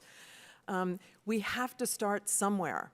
As many things as I'm hearing all of you say that you don't like about this demo, I say, okay, then let's work together and get a better finished product. But you don't throw the baby out with the bathwater, as my mother would have said. We need to start somewhere, and this is a start. I have read the regs through and through, and I don't see any issue with access to drugs, my getting access to the drugs. So what I see is an attempt to figure out how to support patients. That's what I'm seeing. So thank you very much. Well, thank you. I think your testimony was very, very... Elliot, will you get a little bit closer to that mic? So Sure. we want to make sure we hear you. Between two microphones, yeah. Okay, again, thank you, Ms. Block. I also want to thank Ms. Boyle for talking a little bit about her son, and also very, very courageous when we're asking people to come up and tell personal stories. It's really helpful to us and very, very courageous for the witnesses. I have been a great supporter of infusion therapy, and I'd like to talk about how the model we've been discussing would impact patients who rely on such therapy. Administering infusion therapies is very much more involved than administering oral medications. Infusion therapy necessitates specialized equipment, supplies, and professional services, including sterile drug compounding, care coordination, and patient education and monitoring. And currently, Medicare fully covers infusion therapy when it's administered in a hospital, a doctor's office, or nursing home. Medicare's coverage of infusion therapy in the home, though, is fractured and does not adequately cover the services needed to provide home infusions. That's the patient's home. Not only does this coverage gap force patients into expensive institutional settings, but it also puts patients at risk of developing additional infections in these environments. And on top of that, this coverage gap prevents patients from receiving the treatment they need in the most comfortable setting possible, their homes. In 2003, Congress opted to exclude infusion drugs from the average sales price, or ASP pricing methodology, put in place for other Part B drugs. And as I've mentioned, Medicare does not reimburse for the services needed for home infusions, and ASP pricing is insufficient to cover those necessary services. It just doesn't make sense. I want to highlight it because I think it's important. Unfortunately, we still have not corrected this coverage gap, and that's why Congressman Pat Tiberi and I have introduced H.R. 605, the Medicare Home Infusion Site of Care Act, which would expressly provide coverage for infusion-related services, equipment, and supplies. Given that this coverage is still not in place, though, I think we need to be cautious when considering changes to the reimbursement structure for infusion drugs. While CMS has excluded DME infusion drugs from Phase 1 of the Part B drug payment model, these drugs have not been excluded from Phase 2. So let me ask Mr. Baker, would you agree that more work is needed to ensure that Medicare beneficiaries can get the infusion therapy they need in the comfort of their homes? Yes, I think that certainly, Medicare doesn't provide, as you said, adequate coverage right now for home infusion services, and we would agree that this problem could be resolved outside of the demonstration. It's not necessarily affected one way or another by the demonstration, and certainly in Part 2, this could be part of the resolution, or there could be additional legislation that would bolster this benefit for beneficiaries and make it more available to them. This is something that obviously is better for the patient, but ultimately would involve a savings of money, it would seem to me. So it seems like a win-win. If the setting is safe, as you're saying, and it's at least a less expensive setting and more convenient to the consumer, the patient, and that would certainly be a win-win. Okay, thank you. Thank you, Mr. Chairman. Gentleman yields back time. Chair now recognizing myself for 5 minutes for questions and ask. First of all, before we start, ask unanimous consent that the letter on May 2nd, signed by 241 Republicans and 1 Democrat in opposition to this rule, be placed into the record. Without objection, so ordered. I want to go on first to Mr. Baker. Are you at all concerned that this proposal will force large numbers of Medicare beneficiaries into a mandatory test? It was kind of talked about that this is not voluntary. No one's signing consent forms. It's a mandatory. So does that have some, are you concerned about that? I mean, that's not really how tests are operated. Well, we have a number of demonstrations that are going on throughout the country. For example, ACOs. Yeah, but I mean, we're talking about size too. I mean, this is really not a test. Well, this is in essence a rule being promulgated because it dwarfs, the test dwarfs the remaining control group. Right. Significantly. And we've done these kinds of, if you want to call them tests or other of this size, models, percentage-wise? Well, we've changed reimbursement before. I mean, we were talking about a change in reimbursement. And so what I would posit is that we need to evaluate and monitor that change in reimbursement very carefully, because whenever we do that, there can be unintended consequences. Okay, let me ask another question.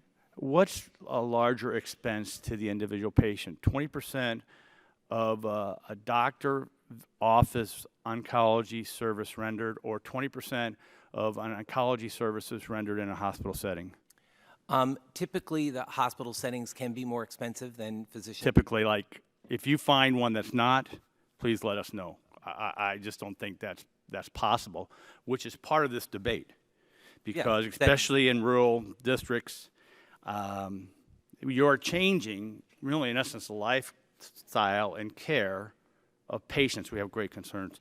I also, Ms. Block, want to thank you for your service to the country. Brett's, Army guy, I'm an Army guy, so we've both done the deal. So you got Medicare based upon disability. When you entered Medicare, were you given a choice of supplemental or a Medicare Advantage? Thank you for the question. I was not given the choice of a supplemental. Supplemental coverage for under 65 is a whole nother issue, so I welcome a hearing on that. Well, no, but so you could have? I could not at that time, no. And why? It wasn't, they didn't offer policies in my state. That's a state-by-state issue on whether insurers have to offer policies for those under 65 that are disabled. Now, you could enter an Advantage plan, but unfortunately, I live in a rural area, and the Advantage plan doesn't cover any providers. Right, okay, thank you. Wanted to clear that up, appreciate it. Dr. Schweitz and Dr. Pat, CMS continues to reiterate that, and I quote, "Nothing in this proposal will prevent doctors or other clinicians from prescribing the treatment their patient needs." Do you believe this proposal will impact your ability to prescribe and administer the most appropriate treatments for your patients in your office? Dr. Pat first. Thank you. And Yeah. pull that mic close. So I don't believe that this will change my opportunity to prescribe the right therapy, the appropriate therapy. It will alter my ability to deliver the appropriate therapy to my patients. So I think that, there are two alternatives. One is that you either financially have a hazard for a practice that's likely to have them close by having them take money out of the practice to try to purchase a drug that they cannot afford, or they'll shift the patient's care to a different site of service like the hospitals.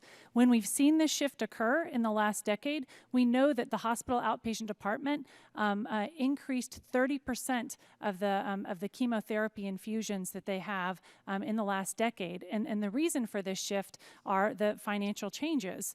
We know that during that time period of that 30% shift, that the hospital cost is a higher site of service care, 30% higher, and the patient outpatient cost is higher in the hospital outpatient department as well. Because the copay will have to pay Because the that copay is 30% additional cost. In fact, we recently conducted a study with the Community Oncology Alliance and the Millman Group that looked at the 10-year shift from 2004 to 2014. And if you take the drug utilization, if you take the costs in 2014 and attribute the costs only to site of service shift alone, it's $2 billion in that 1 year. Dr. Schweitz. I agree with Dr. Platt. It won't impact our ability to prescribe, but our ability to deliver. If, as a business entity, we are unable to make ends meet, we will not be able to provide the service. That's the central issue. And if we cannot provide the service in our office, we're going to have to move the patient to a different site of service, i.e. the hospital. And I'll just end on this, my time's expired. And it doesn't make sense to move people out of doctor center oncology services and move them into a hospital setting where you have the chance of other infectious diseases that could occur, and we all know of the risk that's involved in that. So with that, yield back my time and recognize the nurse, Ms. Capps, for 5 minutes. Thank you, Mr. Chairman, and thank you all for being here today and for your testimony. I appreciate that this topic is brought up today and your expertise on it. I believe we can all agree that the current system is not working. Providers have long noted that the ASP plus 6 drug reimbursement formula is inaccurate, and some patients have struggled to come up with their 20% share of the cost of their share in these settings. While the Part B program was intended to relieve our most vulnerable from catastrophic costs by providing access to important medications, for many individuals, I would say it has fallen short. While the problems with the current system are well known, how to move forward to address it is more controversial, complicated. Though this demonstration project is an opportunity to explore strategies that could help transition Medicare into a more value-based system, I remain concerned about some elements of the project. Last week, my colleagues and I wrote a letter to CMS with concerns about certain components of the demonstration, particularly the nationwide scope of the project, the possible impact of it on small medical practices in underserved areas, and the potential shifting of patients from provider offices to expensive hospital settings. As co-chair of the Cancer and Heart and Stroke stroke caucuses.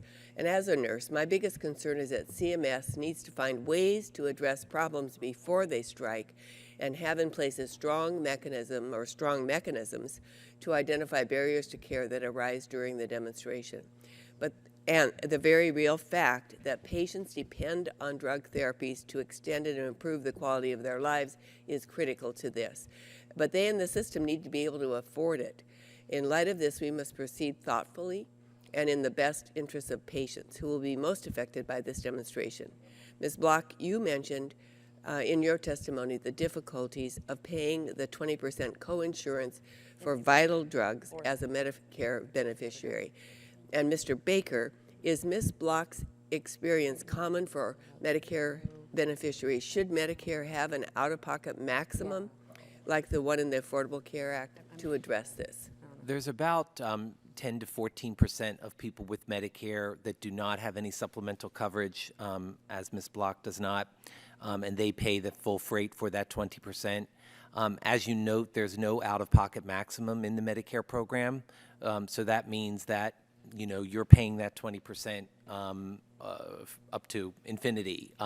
There's never a place where Medicare takes over that coverage and provides you with 100% of coverage, regardless of how much you're spending out of pocket. As you say, plans under the Affordable Care Act, as well as plans available to employed individuals, usually have some limit on out-of-pocket spending. Okay. Yes. As we look at the plans for this demonstration program, my primary concern is for the patients and the tools they will have to address any barriers to care on the front end rather than afterward.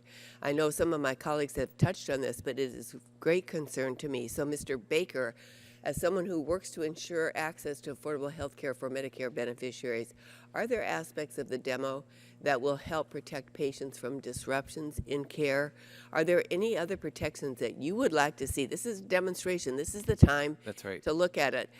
Any other protections you would like to see to ensure that patient care is not disrupted? Once again, I think that the Ombudsman program that was used so successfully and that Congress mandated for the durable medical equipment program is an important protection, would serve to protect consumers, as well as this idea of getting shared decision-making tools out there for consumers and physicians to be able to work together and talk through clinical effectiveness as we move into phase 2. But I think the Ombudsman, as well, I haven't mentioned the pre-appeals process that would be used in the phase 2, and that would basically allow providers and or consumers to do an appeal and to get relief if they feel that something is unavailable to them or not reimbursed at the right rate in the value-based phase of the program. Thank you. Just in concluding, in our efforts to improve the Part B program, we have to keep our eyes on the goal of ensuring that patients have timely and affordable access to medications they need. That's got to be the bottom line. As we move forward, I urge CMS to pay special attention to the impact the demonstration project will have on our nation's most vulnerable, and to continue to work with affected stakeholders to address issues and unintended consequences before any changes are implemented. This is the time to do that. So I yield back. Generally, yields back time. Chair now recognizes the gentleman from Pennsylvania, Dr. Murphy, for 5 minutes. Thank you, Mr. Chairman, and I thank the panel for being here. Before I start, Mr. Chairman, I just want to say I have a letter from the National Alliance of Mental Illness I'd like to submit for the record. Without objection, so ordered. I'd also like to correct the record. There was 4 Democrats on my letter, not 1. So, thank you. And that is recognized, too. Now, starting.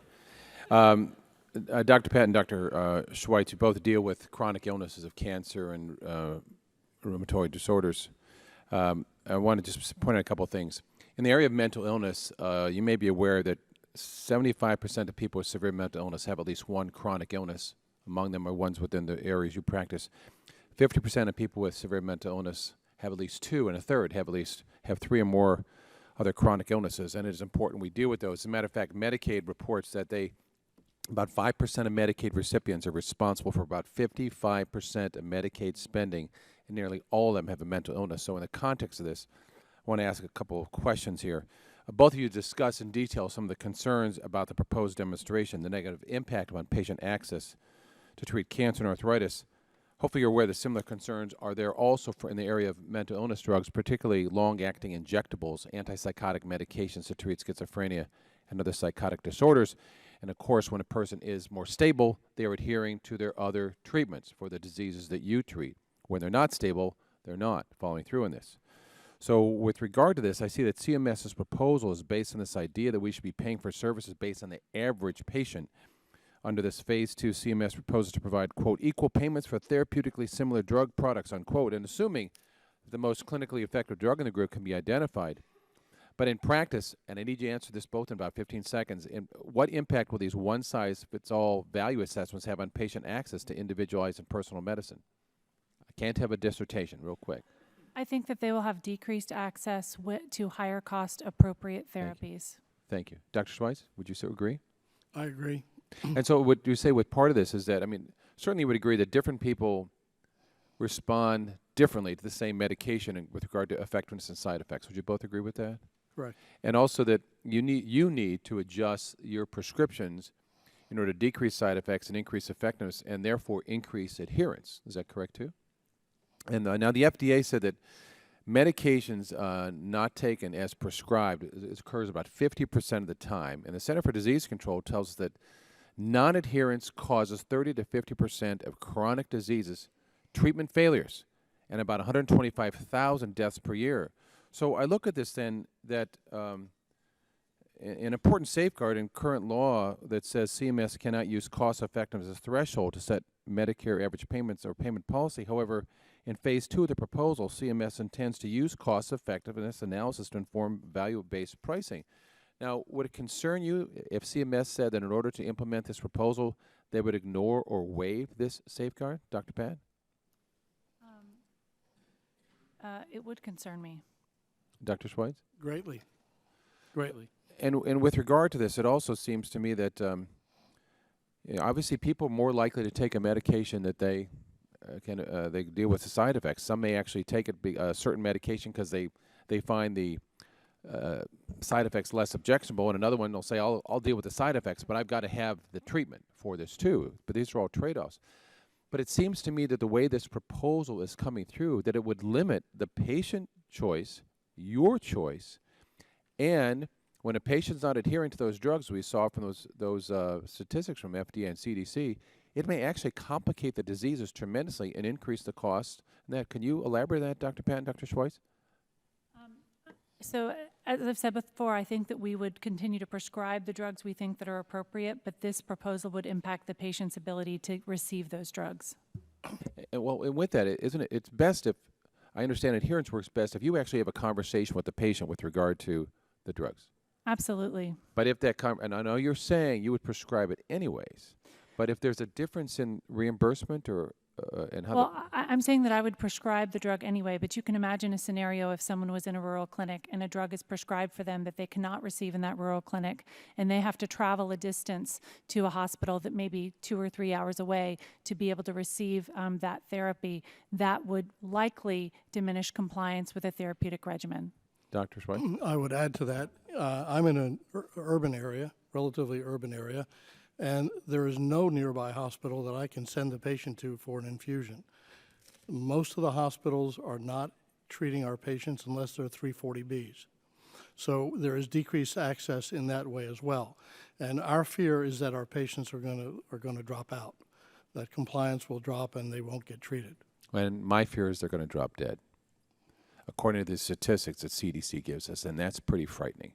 And so we may save a little money on the front end by not prescribing the drug, but the complications, the overall cost increases need to be taken into account. I thank you for your insights on that. I yield back.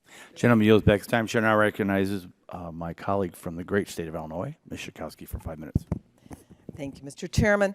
I want to make a couple of comments, and then I want to get to Ms. Block and Mr. Baker with some questions. But, you know, I just feel like if you are offended at all at the suggestion that physicians would prescribe higher cost drugs because you want to make more money, then it seems to me that the suggestion of CMS, which is that there'd be a percentage plus, a lower percentage, plus a flat rate, would be something that would not be objectionable. Also, wanted to mention that I found it very curious in testimony of Dr. Pat and Ms. Boyle that there's over 2 pages within your testimony that are exactly the same language, even the highlighted important parts are highlighted in the same way. I thought that odd. But I also wanted to mention that there was a difference. Dr. Pat and Dr. Schweitz both touched on something in their testimony. Dr. Pat, you claim that drug prices are not truly increasing faster than the rate of overall health costs. Yet, Dr. Schweitzer, in your testimony, you stated that you are keenly aware of unsustainable rise in drug costs and the effects of those costs on our patients' ability to adhere to treatment regimens. That's your quote. And I have to say, Dr. Schweitz, that I agree with you that spending on prescription drugs has risen significantly in recent years, driven by high and rising drug prices. And recent IMS health report found that list prices for brand name drugs increased by more than 12% in 2015, representing the second year of double-digit increases, and on and on. But I want to get to Ms. Block. Thank you so much for coming here today and telling your story. I know that there isn't a family, including my own, that hasn't gone through the issue of related to cancer and the treatments that are required, and the issue of affording those treatments. So you testified that your cancer treatment has been incredibly expensive. Can you detail some of the costs and how they've impacted your personal finances? I guess I can begin. Thank you, first of all. I think I can begin to say that when you enter cancer world, it's a different world. And no one talks about cost at first. So it's very interesting when you start to ask questions and you have difficulty getting answers. I've had I think I've had 6 surgeries by now, including one with a long stay in the hospital. I've been through a full ranges of chemo. This is the 3rd type of drug that I'm on now. Having metastatic cancer, what that means is you're constantly changing drugs to keep up with the cancer. So it's always changing. And the future is stacking drugs, which means more than one drug at a time. So my expenses will only go up. I make up budgets all the time. I think they're probably meaningless because we don't know how long I'm going to live. But you do the best you can to try and stay on top of it. And that's what life is like living with cancer in a country like ours, where the drug prices just continue to rise. I've actually done my own studies on what my drug costs in other countries as opposed to the U.S. I did it on social media. It's an amateur study, but I was able to find out that I'm paying much more than every other country that I found, including Dubai, UK, Denmark, Norway, Sweden, on and on. Every other country that I have friends that were able to come back and tell me the monthly cost of their drug. Again, it's an informal amateur study, but I keep looking at, am I going to have to move eventually? Is that what my recourse is as the drug prices continue to rise and my savings dwindle? Thank you. I want to wish you the best, too. Mr. Baker, why is it important that we work to reduce or eliminate cost sharing for beneficiaries? What impact would this have on one's ability to access care? I think once again, certainly for the folks that are that go bare, as it were, on the 20%, it will increase their ability to access these treatments. They're disproportionately folks with lower incomes, anywhere from $10,000 to $25,000 a year, disproportionately African American. I want to tell you, I have talked at my pharmacy. I said, what happens when people are told it's $1,000? He says that often, not most, but often they just walk away. They walk away, right. Or they find a way to pay for it with family, friends, mortgaging their home in other situations like that. So they are, as we were saying, underwater and unable to access the care. Generally yields back her time. Chair now recognizes the gentleman from Missouri, Mr. Long, for 5 minutes. Thank you, Mr. Chairman. We are in the 114th Congress, which each Congress, of course, runs for a 2-year period. During the 113th Congress, I did not miss a single vote in that 2-year period, which there was about a half dozen of us that had that type of a voting record. And it's tough when you catch flights, you miss flights, there's connections, everything. There's 2-minute votes, you have to be paying attention. And so voting is very important to me. In this Congress, the 114th Congress, I missed 2 solid weeks of votes. Didn't go to the floor for 2 weeks because our 25-year-old daughter, youngest daughter, was diagnosed with non-Hodgkin's lymphoma. And so I kind of realized what it's like to go through that process. Thankfully, she's doing great, had her 12 rounds of chemotherapy, lost all her hair, got all her hair back, curls and all. So we've been very, very fortunate with what's happened in oncology over this last 20-some years, because I think that if it had been 20 years ago, we may not have had the same outcome. So with that as a little background on my personal story with our daughter's battle, Dr. Pat, supporters say this proposal will remove incentives to use higher-priced medications that are no more effective than alternative therapies. Can you talk about therapeutic alternatives in oncology? Yes, sir. First of all, I wish your daughter the very best. She's doing great. I think most of us have a personal experience that we've been touched by at least someone with cancer, and so being able to deliver high-quality care close to one's home is critical to maintaining quality cancer care for Americans. With regards to therapeutic alternatives, I'll say that this proposal, what it does is it disincentivizes utilization of high-cost options for treatment. And so if there is a high-cost alternative and a low-cost alternative that's equivalent in terms of efficacy and toxicity, obviously... And they were closing the door. I didn't hear that. In terms of what?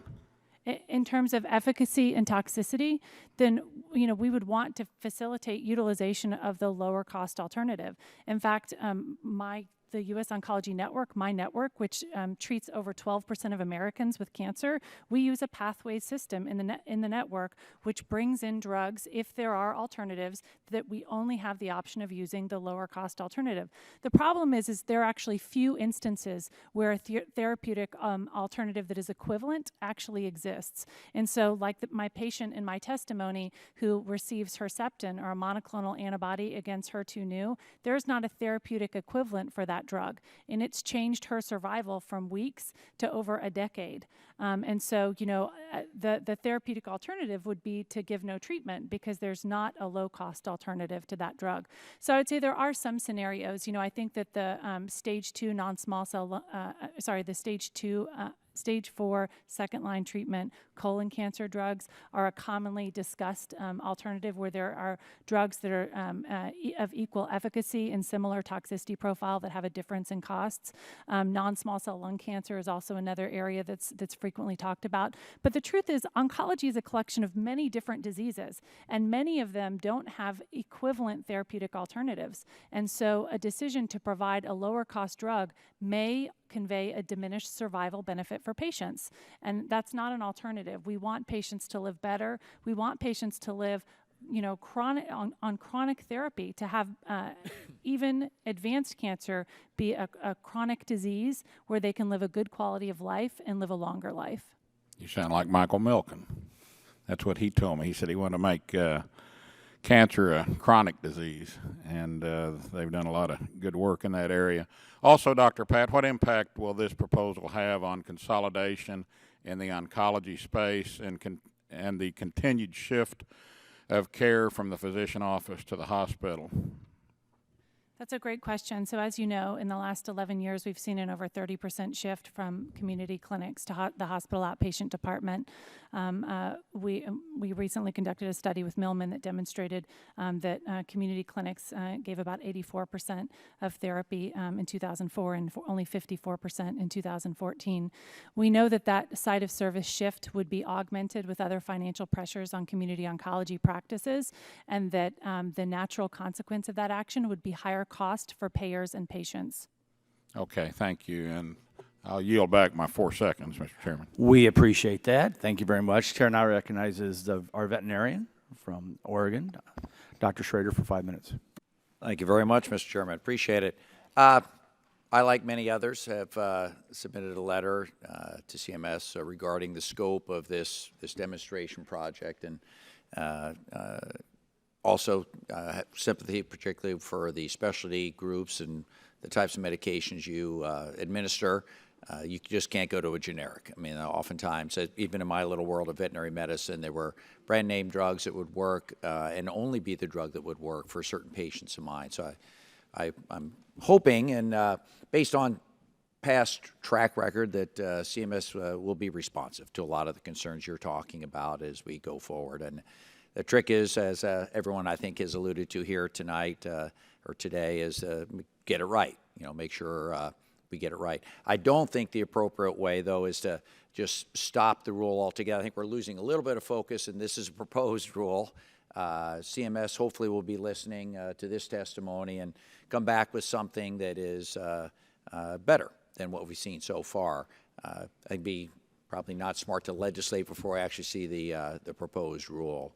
And the goal is to get to a value-based outcome, and value-based purchasing is part of that. I think there's some alternatives that are being discussed. The second phase, I think, is pretty interesting. Besides just dealing with this individual drug or that individual drug, different incentives are probably very, very, very appropriate. And I guess I'm hoping that as we talk through this, that this continues to be very constructive as we go along.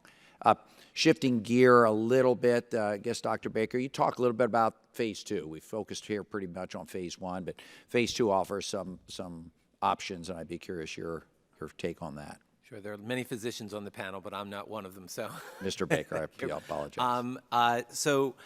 First off, I think there are a number of value-based initiatives in Phase 2 of this project: reference pricing, indication-based pricing, outcomes-based risk-sharing agreements, and others. And for example, Express Scripts is looking at implementing a system. It is implementing a system of indication-specific pricing with some of its clients, including with cancer drugs.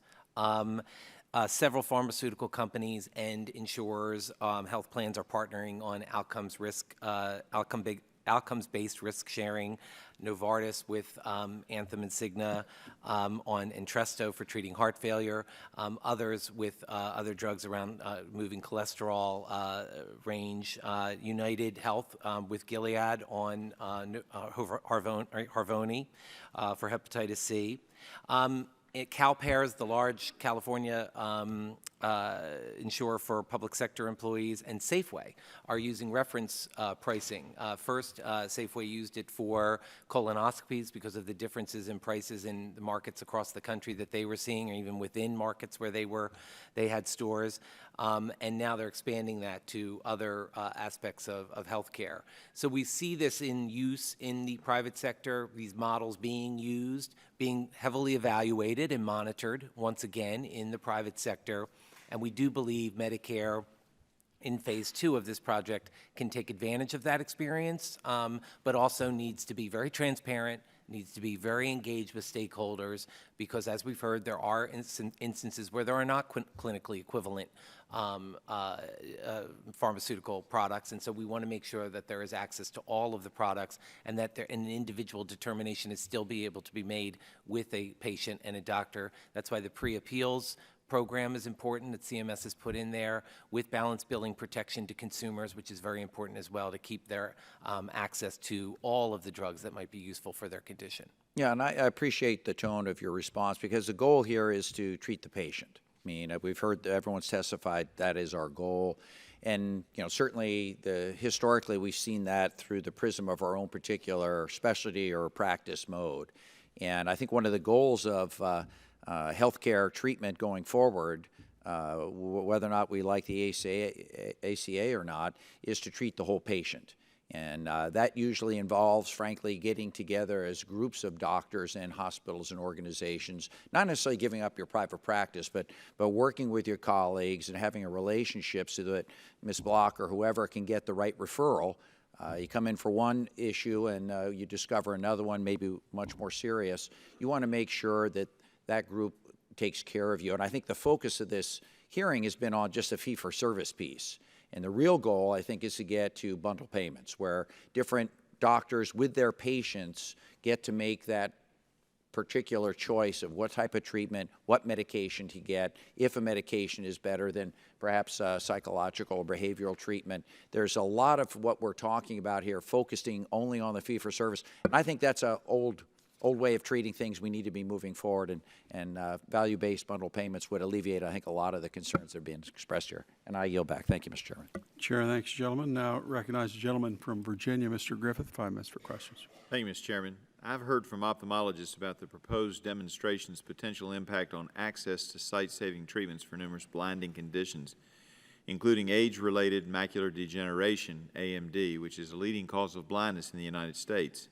Currently, there are 3 treatment options for AMD and other ocular conditions. 2 are name-brand drugs approved for ocular use, and 1 is a cancer drug, Avastin, that is repackaged for off-label use by ophthalmologists for the eye. The demonstration seems to assume that lower-cost alternatives are always available. However, many ophthalmologists are experiencing increasing difficulties accessing the lower-cost drug, in this case Avastin, due to new federal and state regulations on the compounding and repackaging of drugs. Also, notwithstanding the fact this committee worked very hard to allay fears, the fears related to compounding drugs as a result of the New England Compounding Center scandal and tragedy has made many patients reluctant to receive a drug that is compounded or repackaged. Both of these factors are leading to increased use of the more expensive brand drugs. Furthermore, I'm told that the continued access to Avastin for the treatment of AMD and other ocular conditions will effectively end if the FDA finalizes its pending February 2015 draft guidance that calls for a maximum 5-day beyond use date for compounded or repackaged biologics. So I know that it's not directly on point with what you all have been testifying to this morning, and you may not wish to comment on this, but I'm just curious if you all would think that perhaps CMS ought to go back and take a look, instead of including all Part B drugs, if the agency ought to give consideration to excluding certain classes, and obviously the one that I've just talked about are classes of drugs that include compounded, repackaged drugs or a drug that is used off-label for demonstration. So do you think that, and I guess I'll ask you, Dr. Pat, although Sure. I Thank you, understand Mr. it's a little off your subject area. Thank you, Mr. Griffith. So I'm not an ophthalmologist, but I will say that there have been discussions of many carve-outs, of carving out oncology, of carving out rural areas, of carving out the oncology care model, of carving out certain segments. In my opinion, there's not a right way to do the wrong thing.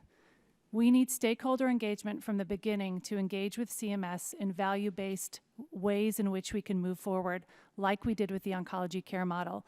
We want to participate. In our oncology practices, we have many value-based programs and have demonstrated pilots that have saved tens of millions of dollars, and so want to work with CMS on that kind of work. I don't think that there's a way to exclude certain segments from this pilot and make it better. I think that we need to go back to the drawing board and look to projects like the oncology care model that are collaborative and value-based and have a better path forward. We would like very much in the oncology community to participate in that. Anyone else have a comment on that? Okay.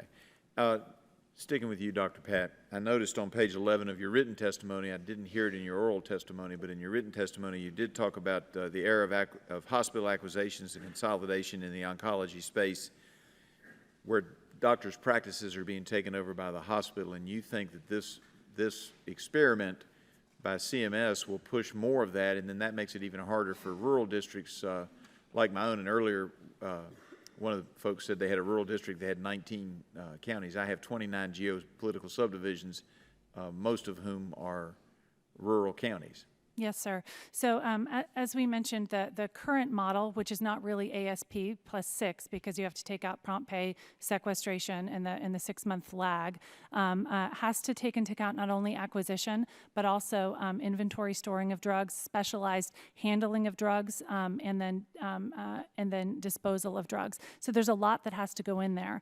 If you bring it down to ASP plus 0.86%, you have to know that average sales price is by its very nature an average. There are people people that pay more than that average and people that pay less than that average. Hospital systems and large practices are going to get preferential contracting to pay less than average, on average, and smaller practices are going to have less bargaining ability because of less volume-based purchasing and have to pay more. So you can imagine if you're at ASP plus 6%, it has to pay for all of these other functions, and you're paying 1% higher. How will you be able to keep your doors open? And so what we've seen with these financial pressures over the last decade is the natural consequence of the shift from community practices to the hospital outpatient department. And we know that that's a 30% shift in the last 11 years. We also know that that conveys on average a higher cost of over 30% and a higher copay for patients. And again, if we look at the cost of that shift in 1 year for cancer spending, just attributed to the distribution of site of service alone, it's about $2 billion. All right, I do appreciate it. Thank you very much, and I appreciate all of you being here today. Yield back. Chair, thanks, gentlemen, and now yields 5 minutes to the gentlelady, Ms. Castor, for questions. Thank you, Mr. Chairman, and thank you to all of our witnesses for participating today. Ms. Block, you've heard the testimony from the doctors on the panel that find the proposed model very problematic. They say that this will actually harm patient care, that oftentimes doctors do not know the cost of drugs. They're focused on what is best for the patient. How does this, what's your response to that? I guess I would start by saying, in all of the work that I did in many countries around the world, we were told you could never even have the appearance of impropriety, so that we couldn't take a cup of coffee from someone because there could never even be an appearance of impropriety. So I guess what I would say is if there's a chance that there's financial incentives involved here, then we remove them and come up with an appropriate storage and handling fee. But as long as there is an appearance of financial impropriety, I'm going to question that, number one. And the second thing is I am just still not reading where there's going to be a specific issue with access to any of the drugs. I know that my doctor is limited what drugs I can get at this point too, but when I asked him, he said he didn't see any issue with access after reading this demonstration project. So I understand that maybe in some areas there's some drugs they're saying that maybe they can't afford to get, but is the 6% really making the difference? So as a patient, I really question some of this and just want to keep bringing the focus back to the patients are already underwater. We already, don't have enough money to pay for this. So when everyone's talking about all these issues and obstacles in the way, how do we get back to how to make this system work better for the patients? And Dr. Schweitz, I mean, the cost of drugs now is astronomical for many families. It does oftentimes push care out of reach for them. And then when we have anecdotes about how costs are so much lower in other countries, a lot of my neighbors at home say, why in America are drugs, why do they cost so much more? So what advice can you provide about how we better control drug prices and Medicare spending? That's a great question. Unfortunately, I don't have a clear answer. I do know that access to medications across all medications, including generics, is becoming problematic for our patients. But it's not an easy problem, and there's no easy answer. I think we all have to sit down at the table, patients, providers, payers, and manufacturers, to see how we're going to work out that problem so that our patients have better access. Dr. Pat, do you have any advice on how we address the high cost of drugs? Ms. Castor, as you know, I'm very concerned, and oncologists are very concerned about the increase in drug prices. I know you've heard from Dr. Diaz in your district with Florida cancer specialists and from others that this is a great problem. Unfortunately, doctors don't set the prices for cancer drugs. And when we look historically at what's happened is a natural consequence of CMS decreasing reimbursement, like the prompt pay discount and sequester, we see that during that time interval that costs went up tremendously. And so what we see is that that's not effective at controlling drug prices. What I'd like to see, what I think doctors can do, and what we can partner with CMS to do within our realm, is to change our systems of care delivery to value-based systems. And again, like I've said before, we would like to be partners with CMS in that endeavor, like we have been with the oncology care model, and like we have done in our practice, the U.S. Oncology Network, that treats 12% of Americans with value-based pathways for a decade. So, Mr. Baker, you've heard what they've said. It's gosh, it's very difficult. They don't have all the answers on drug cost. Dr. Pat says we can look at value-based, and indeed the second phase of the model proposes to examine the impact of certain value-based, and you've mentioned that. What I haven't heard is how we link this to outcomes as well. When you're talking about value, is there no link currently under Part B prescribing to outcomes? Do we not have the data? And are you confident that this model is actually gathering that data?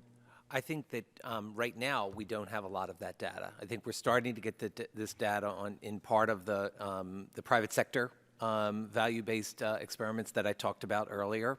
I think those models can lead to further outcomes-based information that we can use in this phase 2 of this model. But I do think part of the challenge of getting to a good place on this phase 2 is making sure we have the right metrics, that we have the right feedback loop on outcomes. And so we've recommended that that definitely be a part of phase 2. I yield back. Gentlelady yields back. Chair recognizes the gentleman, Mr. Bilirakis, 5 minutes for questions. Thank you, Mr. Chairman. I appreciate it. Thank the panel for their testimony today as well. Many conditions, especially within the rare disease community, lack treatment, and those that have a treatment do not have multiple therapies to choose from. Ms. Boyle and Dr. Pat, under the proposed rule, it seems like it would encourage physicians to prescribe cheaper or generic alternatives to benefit from a flat fee in the reimbursement payment. Do many of the Part B drugs have interchangeable alternatives? Well, representing the Immune Deficiency Foundation, we have a number of conditions that only have one drug. There is not an alternative, whether it's a generic or non-generic. There's only one drug. And again, if this experiment reduces the ability of the physician to provide that drug, when you're talking rare diseases, there are very few physicians or hospitals around that have the ability to treat the patients. We experienced this with intravenous immunoglobulin back in 2005, 6, and 7 with the change in the MMA, and our patients were shifted from the physician office.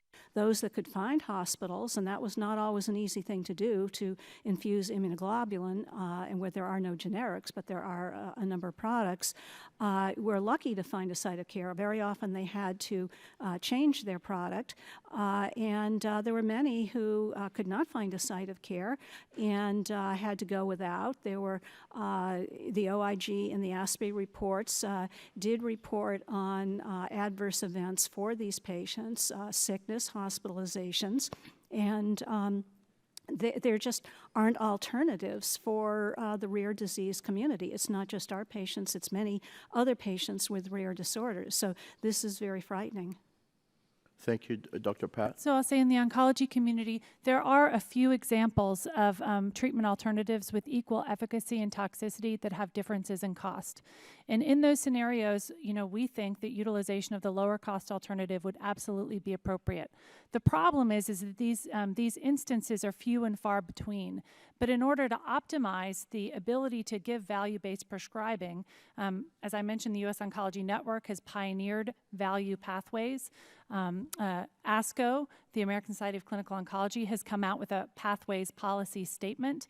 There are other pathways systems which utilize this, and the Community Oncology Alliance has come out with the Patient-Centered Oncology Medical Home, also trying to utilize a pathways system, really to facilitate appropriate utilization, because most of the time there are not alternatives that are equally efficacious and toxic that are of different costs, where a lower cost alternative is truly therapeutically interchangeable. Thank you. Second part of the question, Ms. Boyle again and Dr. Pat. Under the proposed rule, one value-based tool is the use of reference pricing. This requires setting a standard payment rate for an entire group of drugs, usually using the most clinically effective drug in a group for therapeutically similar drugs. Can you do reference pricing when there are no alternative drugs available? And again, yes. Well, for instance, in the immunoglobulin products, there are 13 of them. There have never been any trials, head-on trials comparing them. They all are approved by the FDA, but they're all very different. Some have high sugar content, some have high salt content that would be bad for patients with heart conditions or diabetes. They all have different formulations and patients react differently. Some are appropriate for subcutaneous infusion, which some patients need because they have poor venous access or they have other problems, adverse events to IV. Some patients cannot do subcutaneous. They're really not appropriate. So I don't know how you would put these together. Patients react differently, and when you look at the administration and talking precision medicine, and let's take the best product for the individual patient, this proposal runs counter to that. Dr. Pat, briefly, because I want to ask another question. And I'll say that we don't today have a way to do reference and value-based pricing in oncology, but we would love to partner with CMS to do that instead of having a policy just drop down to us. Thank you very much.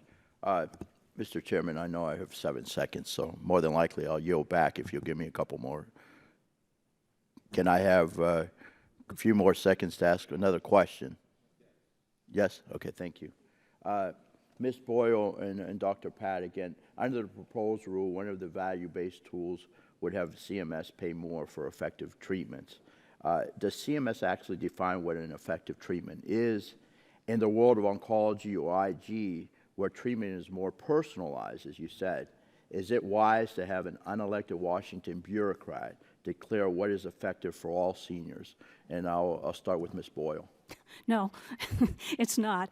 Essentially, we want our trained immunologists who are specialists in treating our patients to make these decisions. Again, this is important for any condition. Let's not take the decision away from the physician that works with the patient and what is the best treatment and the best outcome for that patient. Thank you very much. Dr. Pat? I completely agree. I think that this is not something that we want outside of our specialty's hands, outside of a physician's hands, and we would love to act in partnership with CMS to think about a better path forward to try to institute value-based mechanisms for implementation of cancer care. Makes sense to me. Thank you very much, Mr. Chair, Chairman. I yield thanks. back. The gentleman now recognizes Mr. Cardenas, 5 minutes for questions. Thank you very much, Mr. Chairman, and I appreciate all the panelists for sharing your expertise with us. I'm not going to have enough time to ask all the questions that I'd like to ask, but at this time, Mr. Chairman, I have a request that I can submit 2 letters for the record. Request unanimous consent to submit the... Without objection, so ordered. One is by the American Cancer Society Cancer Action Network, and the second is the California Life Sciences Association to the CMS on the proposed demonstration. Thank you, Mr. Chairman. Okay, with that, my first question is the proposed demonstration would be made so that 3 out of 4 Medicare Part B providers across the country would have to participate once we enter phase 2 of the demonstration. I have concerns about the nationwide scope of this demonstration. Mr. Baker, do you think it's possible for CMS to modify and narrow the scope of the model and yield efficiently reliable results to evaluate with respect to the goal of the model? Our understanding is that the breadth of the model is to, in order to, test the model and make the results generalizable or scalable. That said, I believe that they've said that they're open to suggestions about the scope and breadth of the model. So I know folks have commented on that in this comment period, and I hope and expect that CMS would take those comments into consideration in the comment period. Dr. Pat, what do you think? I think that, again, as I mentioned, we need to do the right thing here. There's not a right way to do the wrong thing. I think this proposal needs to be pulled back completely. I think that we would really look forward to the opportunity to work with CMS on better value models. I sat with 4 of the leaders of CMS a month ago and gave them information on value pathways and how to work towards pathways systems or other alternative systems to reduce cost. I'll meet with CMS again tomorrow.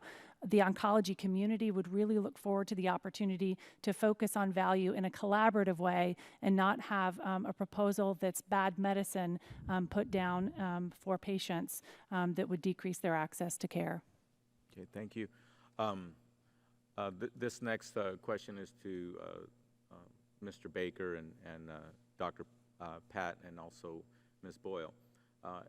I'm going to give you a scenario. If I'm a senior who is seeing my doctor for medicine that's administered in his or her office, and I disagree with the coverage or payment decision made by Medicare, it can seem daunting to file an appeal, and many patients aren't aware that there is even an appeals process. CMS is proposing that a new pre-appeals process would be most applicable to phase 2 of this demonstration. Beneficiaries and/or providers can request a review of a claim before it's submitted for payment, giving the provider the opportunity to discuss why a particular drug or treatment would be best for a particular beneficiary. Currently, appeals are handled by the Department of Health and Human Services Office of Medicine, Hearings, and Appeals, otherwise known as OMA. OMA has a significant backlog in the processing cases, although beneficiary appeals generally can be expedited, and the demonstration will establish a separate appeals process, apparently. Mr. Baker, what's your experience have been with the Medicare appeals process, and do you think that there should be an expedited appeals process for patients established in the demonstration? I definitely think there should be an expedited appeals process for the demonstration, not only in the pre-appeals process, but we've also recommended to CMS, as I've said before, that there be an ombudsman both in phase 1 and phase 2. And I might add that in phase 2, a lot of the consultation that some of the other panel members are talking about will occur with regard to value-based payments. So I do believe that consultation will ultimately occur before phase 2 value-based ideas are implemented. Mrs. Boyle or Dr. Pat, do you have any comments on that? I would be concerned about an appeals processing causing inappropriate delays in patients receiving treatment. I would agree on that sentiment because our experience with appeals through the years have been people making the decisions for the on the side of the insurers are not specialists, particularly when it comes to rare diseases. And we've just seen patients go through delays getting their life-saving infusions. Thank you all very much. I yield back. Chair, thanks, gentlemen. Now I recognize the gentlelady from North Carolina, Mrs. Elmers. 5 minutes for questions. Thank you, Mr. Chairman, and thank you to the panel. This is a very important subcommittee hearing, and I appreciate all of the testimony I am hearing, especially from the personal side. And I want to take my congressional hat off for a moment and put my nursing hat on.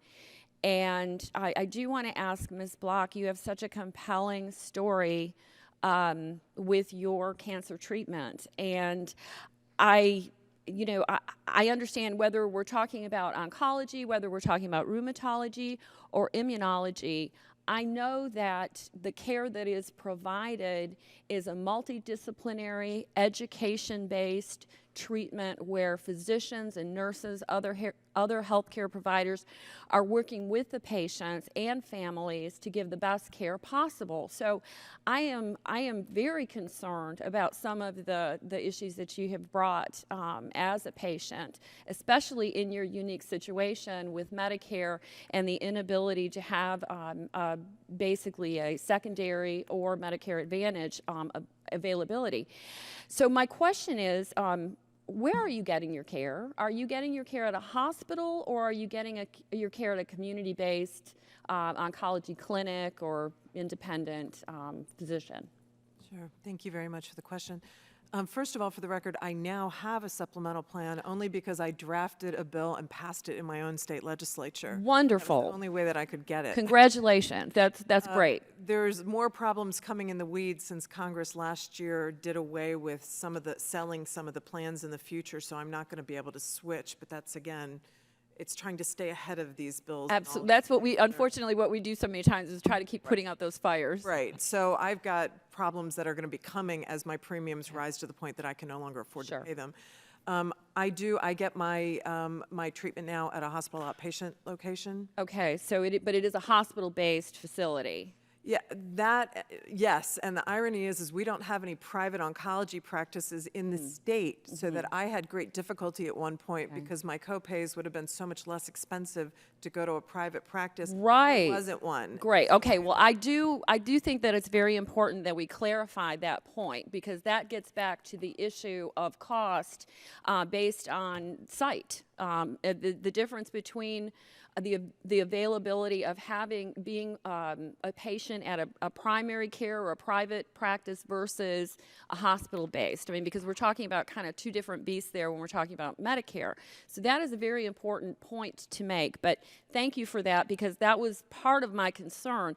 I guess the next issue I would, just last question for you as a patient, have you had that conversation with your oncologist? Have you actually asked is there a less expensive treatment because of this issue that I'm faced with financially?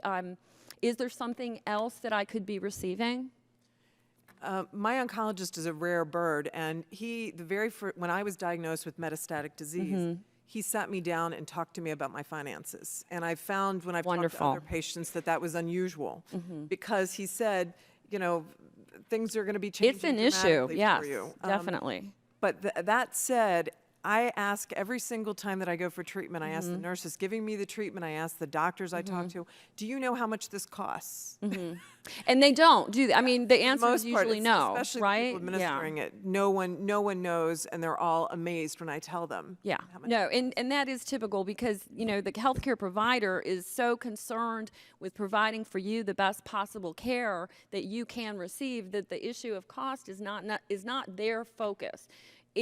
It's really the focus of us and for you, and we want to do everything we can to make sure that you are getting that really good care. And I just, there again, I've only got 50 seconds left. Thank you, Ms. Block, for your testimony today. And I just want to thank the physicians who are here, Ms. Boyle and Mr. Baker as well. I think that we're all in agreement here. Even though this is a possibility of moving forward, I think we really do need to put the brakes on this, because there are other ways that we can achieve decreasing costs. And I'm kind of a little amazed at some of my Democrat colleagues, not all, because I think we all care about patients, but I'm a little concerned because they seem to have a little bit of amnesia. And there again, I'll ask Ms. Block, are you aware of our 21st Century Cures initiative that we passed here in the House? No. This is actually an effort that we are putting forward. The Senate is working on their version right now, and basically we are looking at all these issues. And we have gone globally. We have worked with other countries. How are you providing care that's less expensive? We've worked with our universities, our patient advocacy groups, our hospitals, our high-end universities, NIH, CMS, FDA, so that we can get drugs through the process in a more efficient, less expensive manner that takes care of our patients. So I think we need to stay on that front and move forward and give the best possible care we can and keep those drug costs down as well. So thank you all again. I apologize, Mr. Chairman, I went over. Chair, thanks, gentlemen. Chair now recognizes Dr. Bouchon, 5 minutes for questions. Thank you very much, and thank you to all the panelists for coming. And I'm leading the legislation to restart this discussion, and let me tell you why. First of all, one thing I was a practicing cardiovascular and thoracic surgeon for 15 years, and to me, discussing and putting forth the premise that physicians out there are basing therapy, whether it's heart disease like I did or cancer therapy, based on how much they're going to get reimbursed from Medicare, it's almost an insult to the medical profession. from my perspective, because are there bad actors? There are in all fields. But I can tell you the doctors that I know and myself never consider that we can make more money if we prescribe something else. Now, that said, you also can't have something like this that could force independent practitioners to lose so much money on these medications that it limits access and puts them out of business. So I think we have to address that. But cutting provider reimbursement without addressing the ASP, the actual cost of the drug in the first place, is just the wrong approach. And, for the last 30 years, CMS has tried to control healthcare costs by cutting provider reimbursement almost exclusively, and look where we are today. It hasn't solved the problem. This is a big problem. I empathize with everyone, including myself and my own family. My father's had has had 4 different cancers. My mother's had problems, and it is very expensive, and costs are a real issue, no doubt about that. But it seems CMS proposed this without any substantial stakeholder input other than MedPAC, and it threw mud at the wall, and we're just trying to figure out what's going to stick and what isn't. And that's just the wrong approach. This should be scrapped, and we should start from scratch. We do need to address costs, no doubt about it, but we should get stakeholder input, and let's all work together, patients, patient advocates, physicians, and CMS and Congress to address this issue. I'm going to ask a question of the physicians. First, say, for example, there are 2 practices within a proximity in the same geographic area, and for whatever reason their zip code isn't picked. How's that going to affect the local or regional care potentially of patients? Dr. Pat, you want to? I mean, that could potentially happen, right? You have an urban area, half this town has this, half doesn't, and half the patients are at one place, half at the other. How might that affect this? I think that if I was in a zip code that was randomized to the experiment, having decreased reimbursement, that I would recommend my patient get the appropriate care, not at my center. There, so you can see, you have the federal government in Washington, D.C. affecting the local marketplace in healthcare and picking winners and losers. In rheumatology, it's a little more problematic. There aren't many of us, and there is usually a significant backlog to get in to see a rheumatologist. So if I'm going to refer my patient to the zip code across the county, there's going to be a delay in that patient being seen and a delay in that patient getting medication, his treatment. Yeah, and this is Washington, D.C., so I'll say there very well could be politics involved in zip code selection. Believe it or not. I just want to put that out there. And for anyone to think that there won't be just doesn't know Washington, D.C. And people that have substantial political pull in this town will not be selected to have their reimbursement cut. I'm just here to tell you. That's what's going to happen. And it's going to substantially affect practitioners' ability in different communities to continue to treat their patients.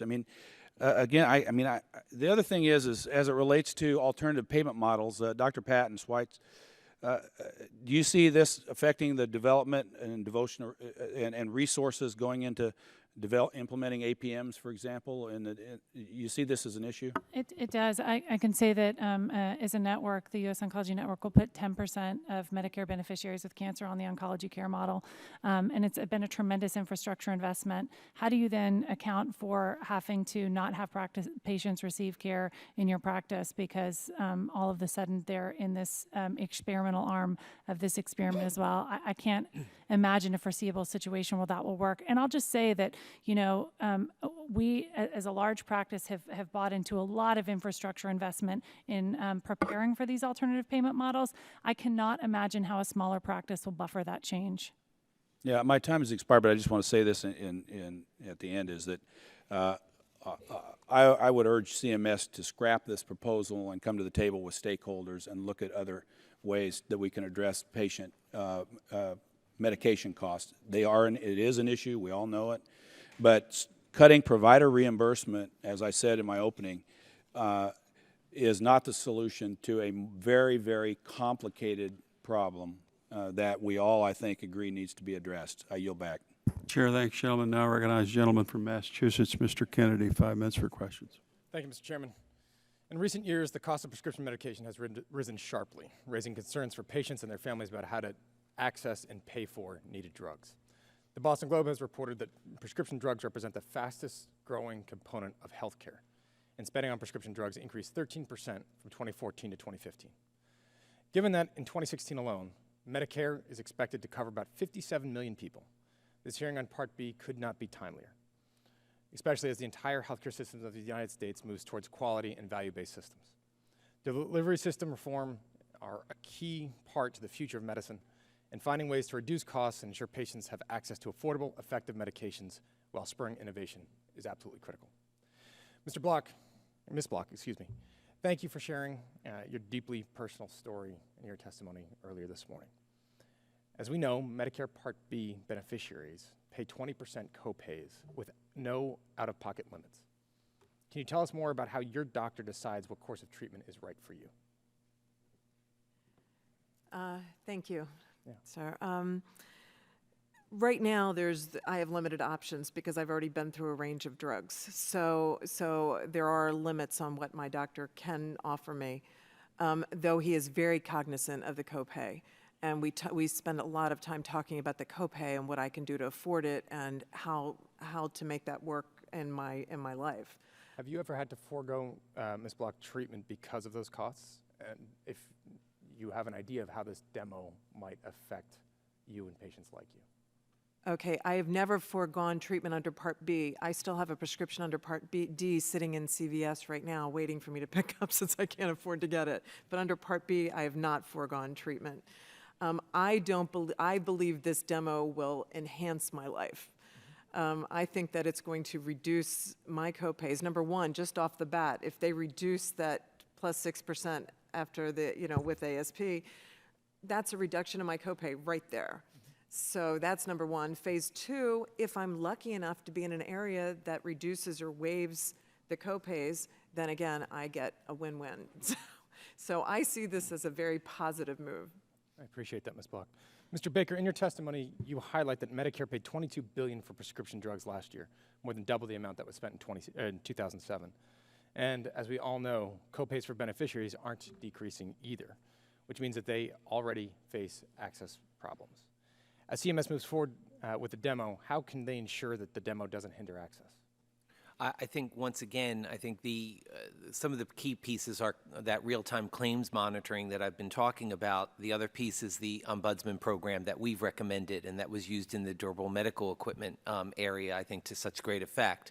And once we're moving into phase two in the value-based models that could be used in various specialties and with various drugs, the pre-appeals process would be a way of, once again, getting access where access is needed and ensuring that it occurs. And then finally, those kinds of outcomes measures that we were talking about earlier would be a way not only of protecting patients, but also of gathering research and data. And finally, we believe focus group testing, patient engagement surveys, as well as provider engagement surveys to make sure that CMS has a full range of information about the effect of the model. And so I wanted you to clarify as well, sir, and I think you touched on a little bit from your testimony earlier, but can you clarify if this proposal would require doctors to pick one drug over another, or will doctors retain the ability to pick the most appropriate treatment for their patients? The proposal, the model as written, would allow doctors to prescribe, whatever drug. This isn't a formulary, a list of approved drugs or a limited group of drugs. Doctors would be allowed to prescribe any drug that they felt was necessary for their particular patient. And if there were some value-based program that indicated that maybe that drug wasn't the most clinically effective drug, once again, that doctor or that patient could use the pre-appeals process or an ombudsman program, we would hope, to make the case that, no, this is the most clinically effective drug for this particular individual because of their particular health profile or clinical needs. I appreciate that. And just before I run out of time, I also want to echo some of the concerns raised by my colleagues who noted the similarities between testimony today. I think that raises some important questions as well. I yield back. Chair, thanks, gentlemen. Now recognize gentleman New York, Mr. Collins, 5 minutes for questions. Thank you, Mr. Chairman. I want to thank all the witnesses. This has been very enlightening. And just to bring a couple of things up, and Ms. Block, I know you said that you thought your co-pays would go down with this. Well, it doesn't work that way. I don't want to be too contradictory, but a $100 drug with 20% copay is $20, whether it's plus 6 or plus 2.5, because the ASP doesn't change, so your copay doesn't go down. But Ms. Pratt, Dr. Pratt, or Pat, in the big picture, what I've heard is doctors don't even know what the drugs cost, by and large. Maybe their office manager does. They're prescribing to treat their patients, as Dr. Bouchon indicated. So I kind of reject CMS's whole premise that nuancing the plus 6, which we know is really 4.3, or the 2.5, which is really 0.86, that would only make an impact in prescribing drugs if these doctors, before they treated a patient, would be bringing out the spreadsheet to figure that out, which I don't see happening. And now let me go through the math as well. Let's say you've got a drug that's $1,000, and you go to the 2.5%, but under sequester it's 0.86, and you're one of the randomized. You're going to get $8.60 as your markup. Then you get $16.80 flat fee, so you get $25.40 for that $1,000 drug. Now, if there was a $500 version, you get $4.30 instead of $8.60. You get the same $16.80. So now you have $21.10. So if somebody said that switching it from 6 to, changing that would drive a physician to prescribe the lower cost, I guess I kind of reject that, because under the higher cost, you're getting $25.40. Under the lower one, you're getting $21.10. I don't think either one's adequate, but I'd think a physician would rather have $25 than $21. So the whole idea of driving someone to a lower cost drug, you reject it categorically, because the practice is still going to get more money with a higher priced drug. The copay to the patient may switch with a lower cost, but I don't know that doctors are facing that. So I guess I just don't see in the big picture that any of this is going to impact the cost of drugs. And I guess I'll throw out there, because I've become the subject matter expert on 340B pricing. If there's a problem in the cost of drugs and cancer drugs, it's all the private oncology practices being purchased by hospital systems, dish hospitals, who then get a 50% break from the pharmaceutical companies on these expensive drugs. And you're seeing oncology practices bought up every single day so that the hospitals can cheat and get that 50% discount, which goes to their bottom line, which comes out of the hide of the pharmaceutical companies. And at the end of the day, you want to talk about why prices may be high. Every time one of these drugs is now getting a 50% discount, what do you think the pharmaceutical companies have to do? I think the bigger savings is to stop the cheating on 340B pricing. We're fully covered patients. The dish hospitals are getting a 50% discount, and yet the hospital is getting fully reimbursed by Blue Cross Blue Shield. I'm just venting a little. But, Dr. Pat, I'm sure you've seen these oncology practices bought up, and I'm sure you've seen them go to dish hospitals, where under 340B, now there's this huge discount, which has to impact you. Would you care? Yes, sir. And also imagine the scenario that's different than the one that you gave. Imagine that you're in a rural clinic where you purchased 1% above ASP. Because again, ASP. Well, that's the other thing. People think average. ASP is the price. It's not. Some smaller practices pay more than ASP. Right. So imagine you're in the scenario where you purchased a drug for 1% more. And let's say it's a high-cost drug. Let's say it costs $10,000 per month to administer. You can imagine that would be a substantial loss to the practice, that if you transition that patient to the hospital outpatient department, let's say it's an hour away, where they may have the 340B preferred vendor program and the ability to purchase drugs at a 30 to 50% reduction in cost, then you would, transition that patient's care. And I think that trend is a trend we've seen over the last 11 years, and we would see it continue to be propagated. Well, and that's, you know, I'm concerned about, I have a very rural area, access, and it's exactly what we're seeing, that the private practices are being bought up for one sole purpose, and that's so the dish hospitals can cheat, get the 30 to 50% discount on the most expensive drugs, the $10,000 drugs, driving that to their bottom line and disadvantaging healthcare systems in total, pharmaceutical companies, and ultimately patients. I yield back. Chair, thanks, gentlemen. Without objection, we have a member who's not on the subcommittee present, would like to ask questions. Chair now recognize Mr. Welch. 5 minutes for questions.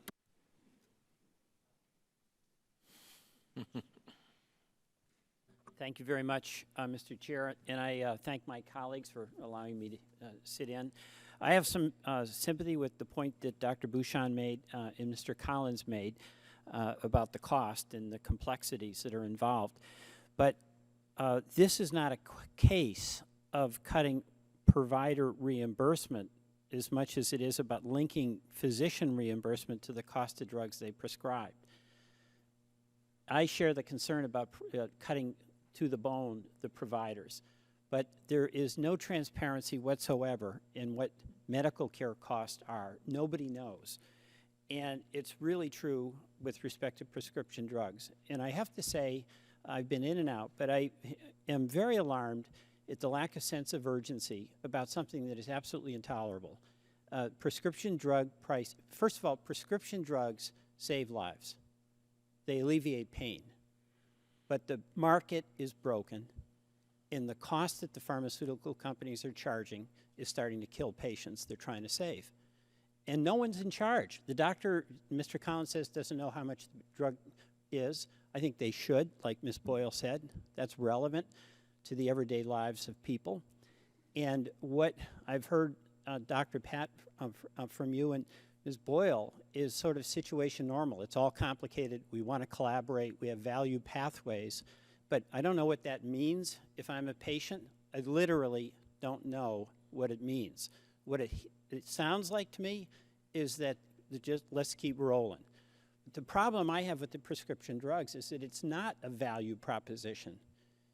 It's a broken market, so the price is set by the pharmaceutical companies. And it's whatever the traffic will bear. And they're protected by patent protection, and they're entitled to that because it's intellectual property. But should they be charging $1,000 a day to a patient or to the taxpayers that have no recourse whatsoever but have a desperate need for the medication?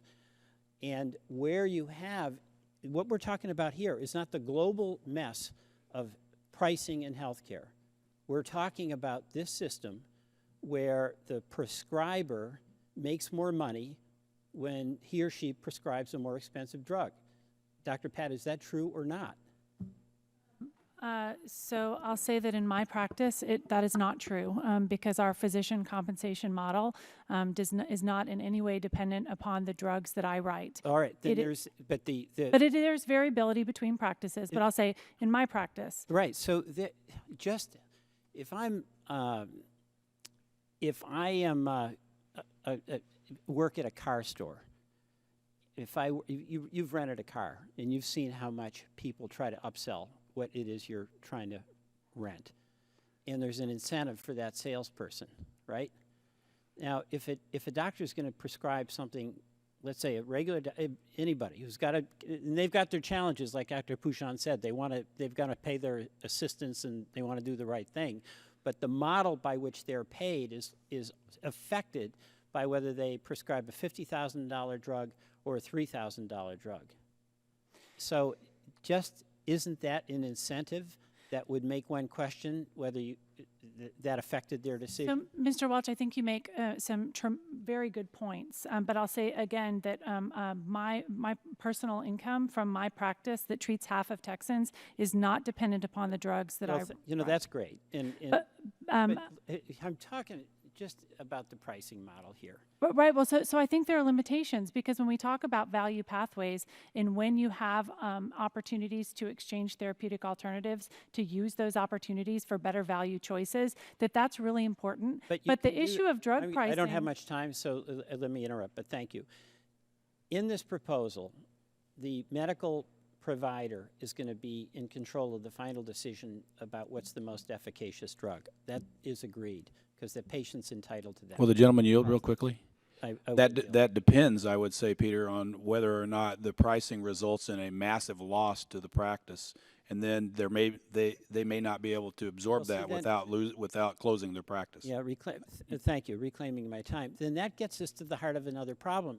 If we create this Rube Goldberg situation where you've got to do all of these maneuvers to try to get your practice to be solvent, instead of paying fair value for the procedure you do, but then not linking your bottom line to whether the prescriptions are the most expensive drugs, then we're going to get a chance to deal with this. But I just want to say, this is a disaster looming. The taxpayer can't afford it, employers can't afford it, and patients like Ms. Boyle. My first wife had cancer, 9 years. We had a fantastic oncologist.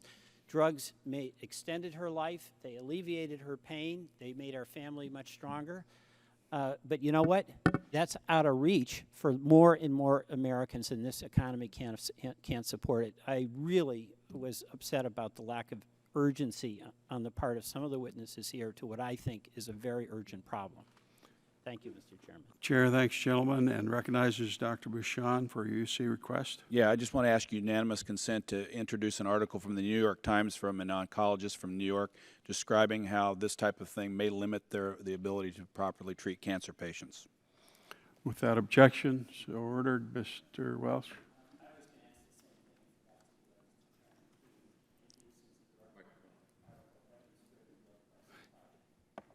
Did you get that? You want to repeat it slowly? You might turn your mic. In the microphone. Turn on your mic. Oh, I apologize. I'd like to introduce into the record an article examining congressional comments regarding Medicare's Part B pilot proposal. Without objection, so ordered. That concludes the questions of the members present. We will have some follow-up questions. We'll send those to you in writing. We ask that you please respond. Thank you very much. This very important hearing, very timely, lots of good information. Members have 10 business days to submit questions for the record, so they should submit their questions by the close of business on Tuesday, May 31st. Without objection, this hearing is adjourned.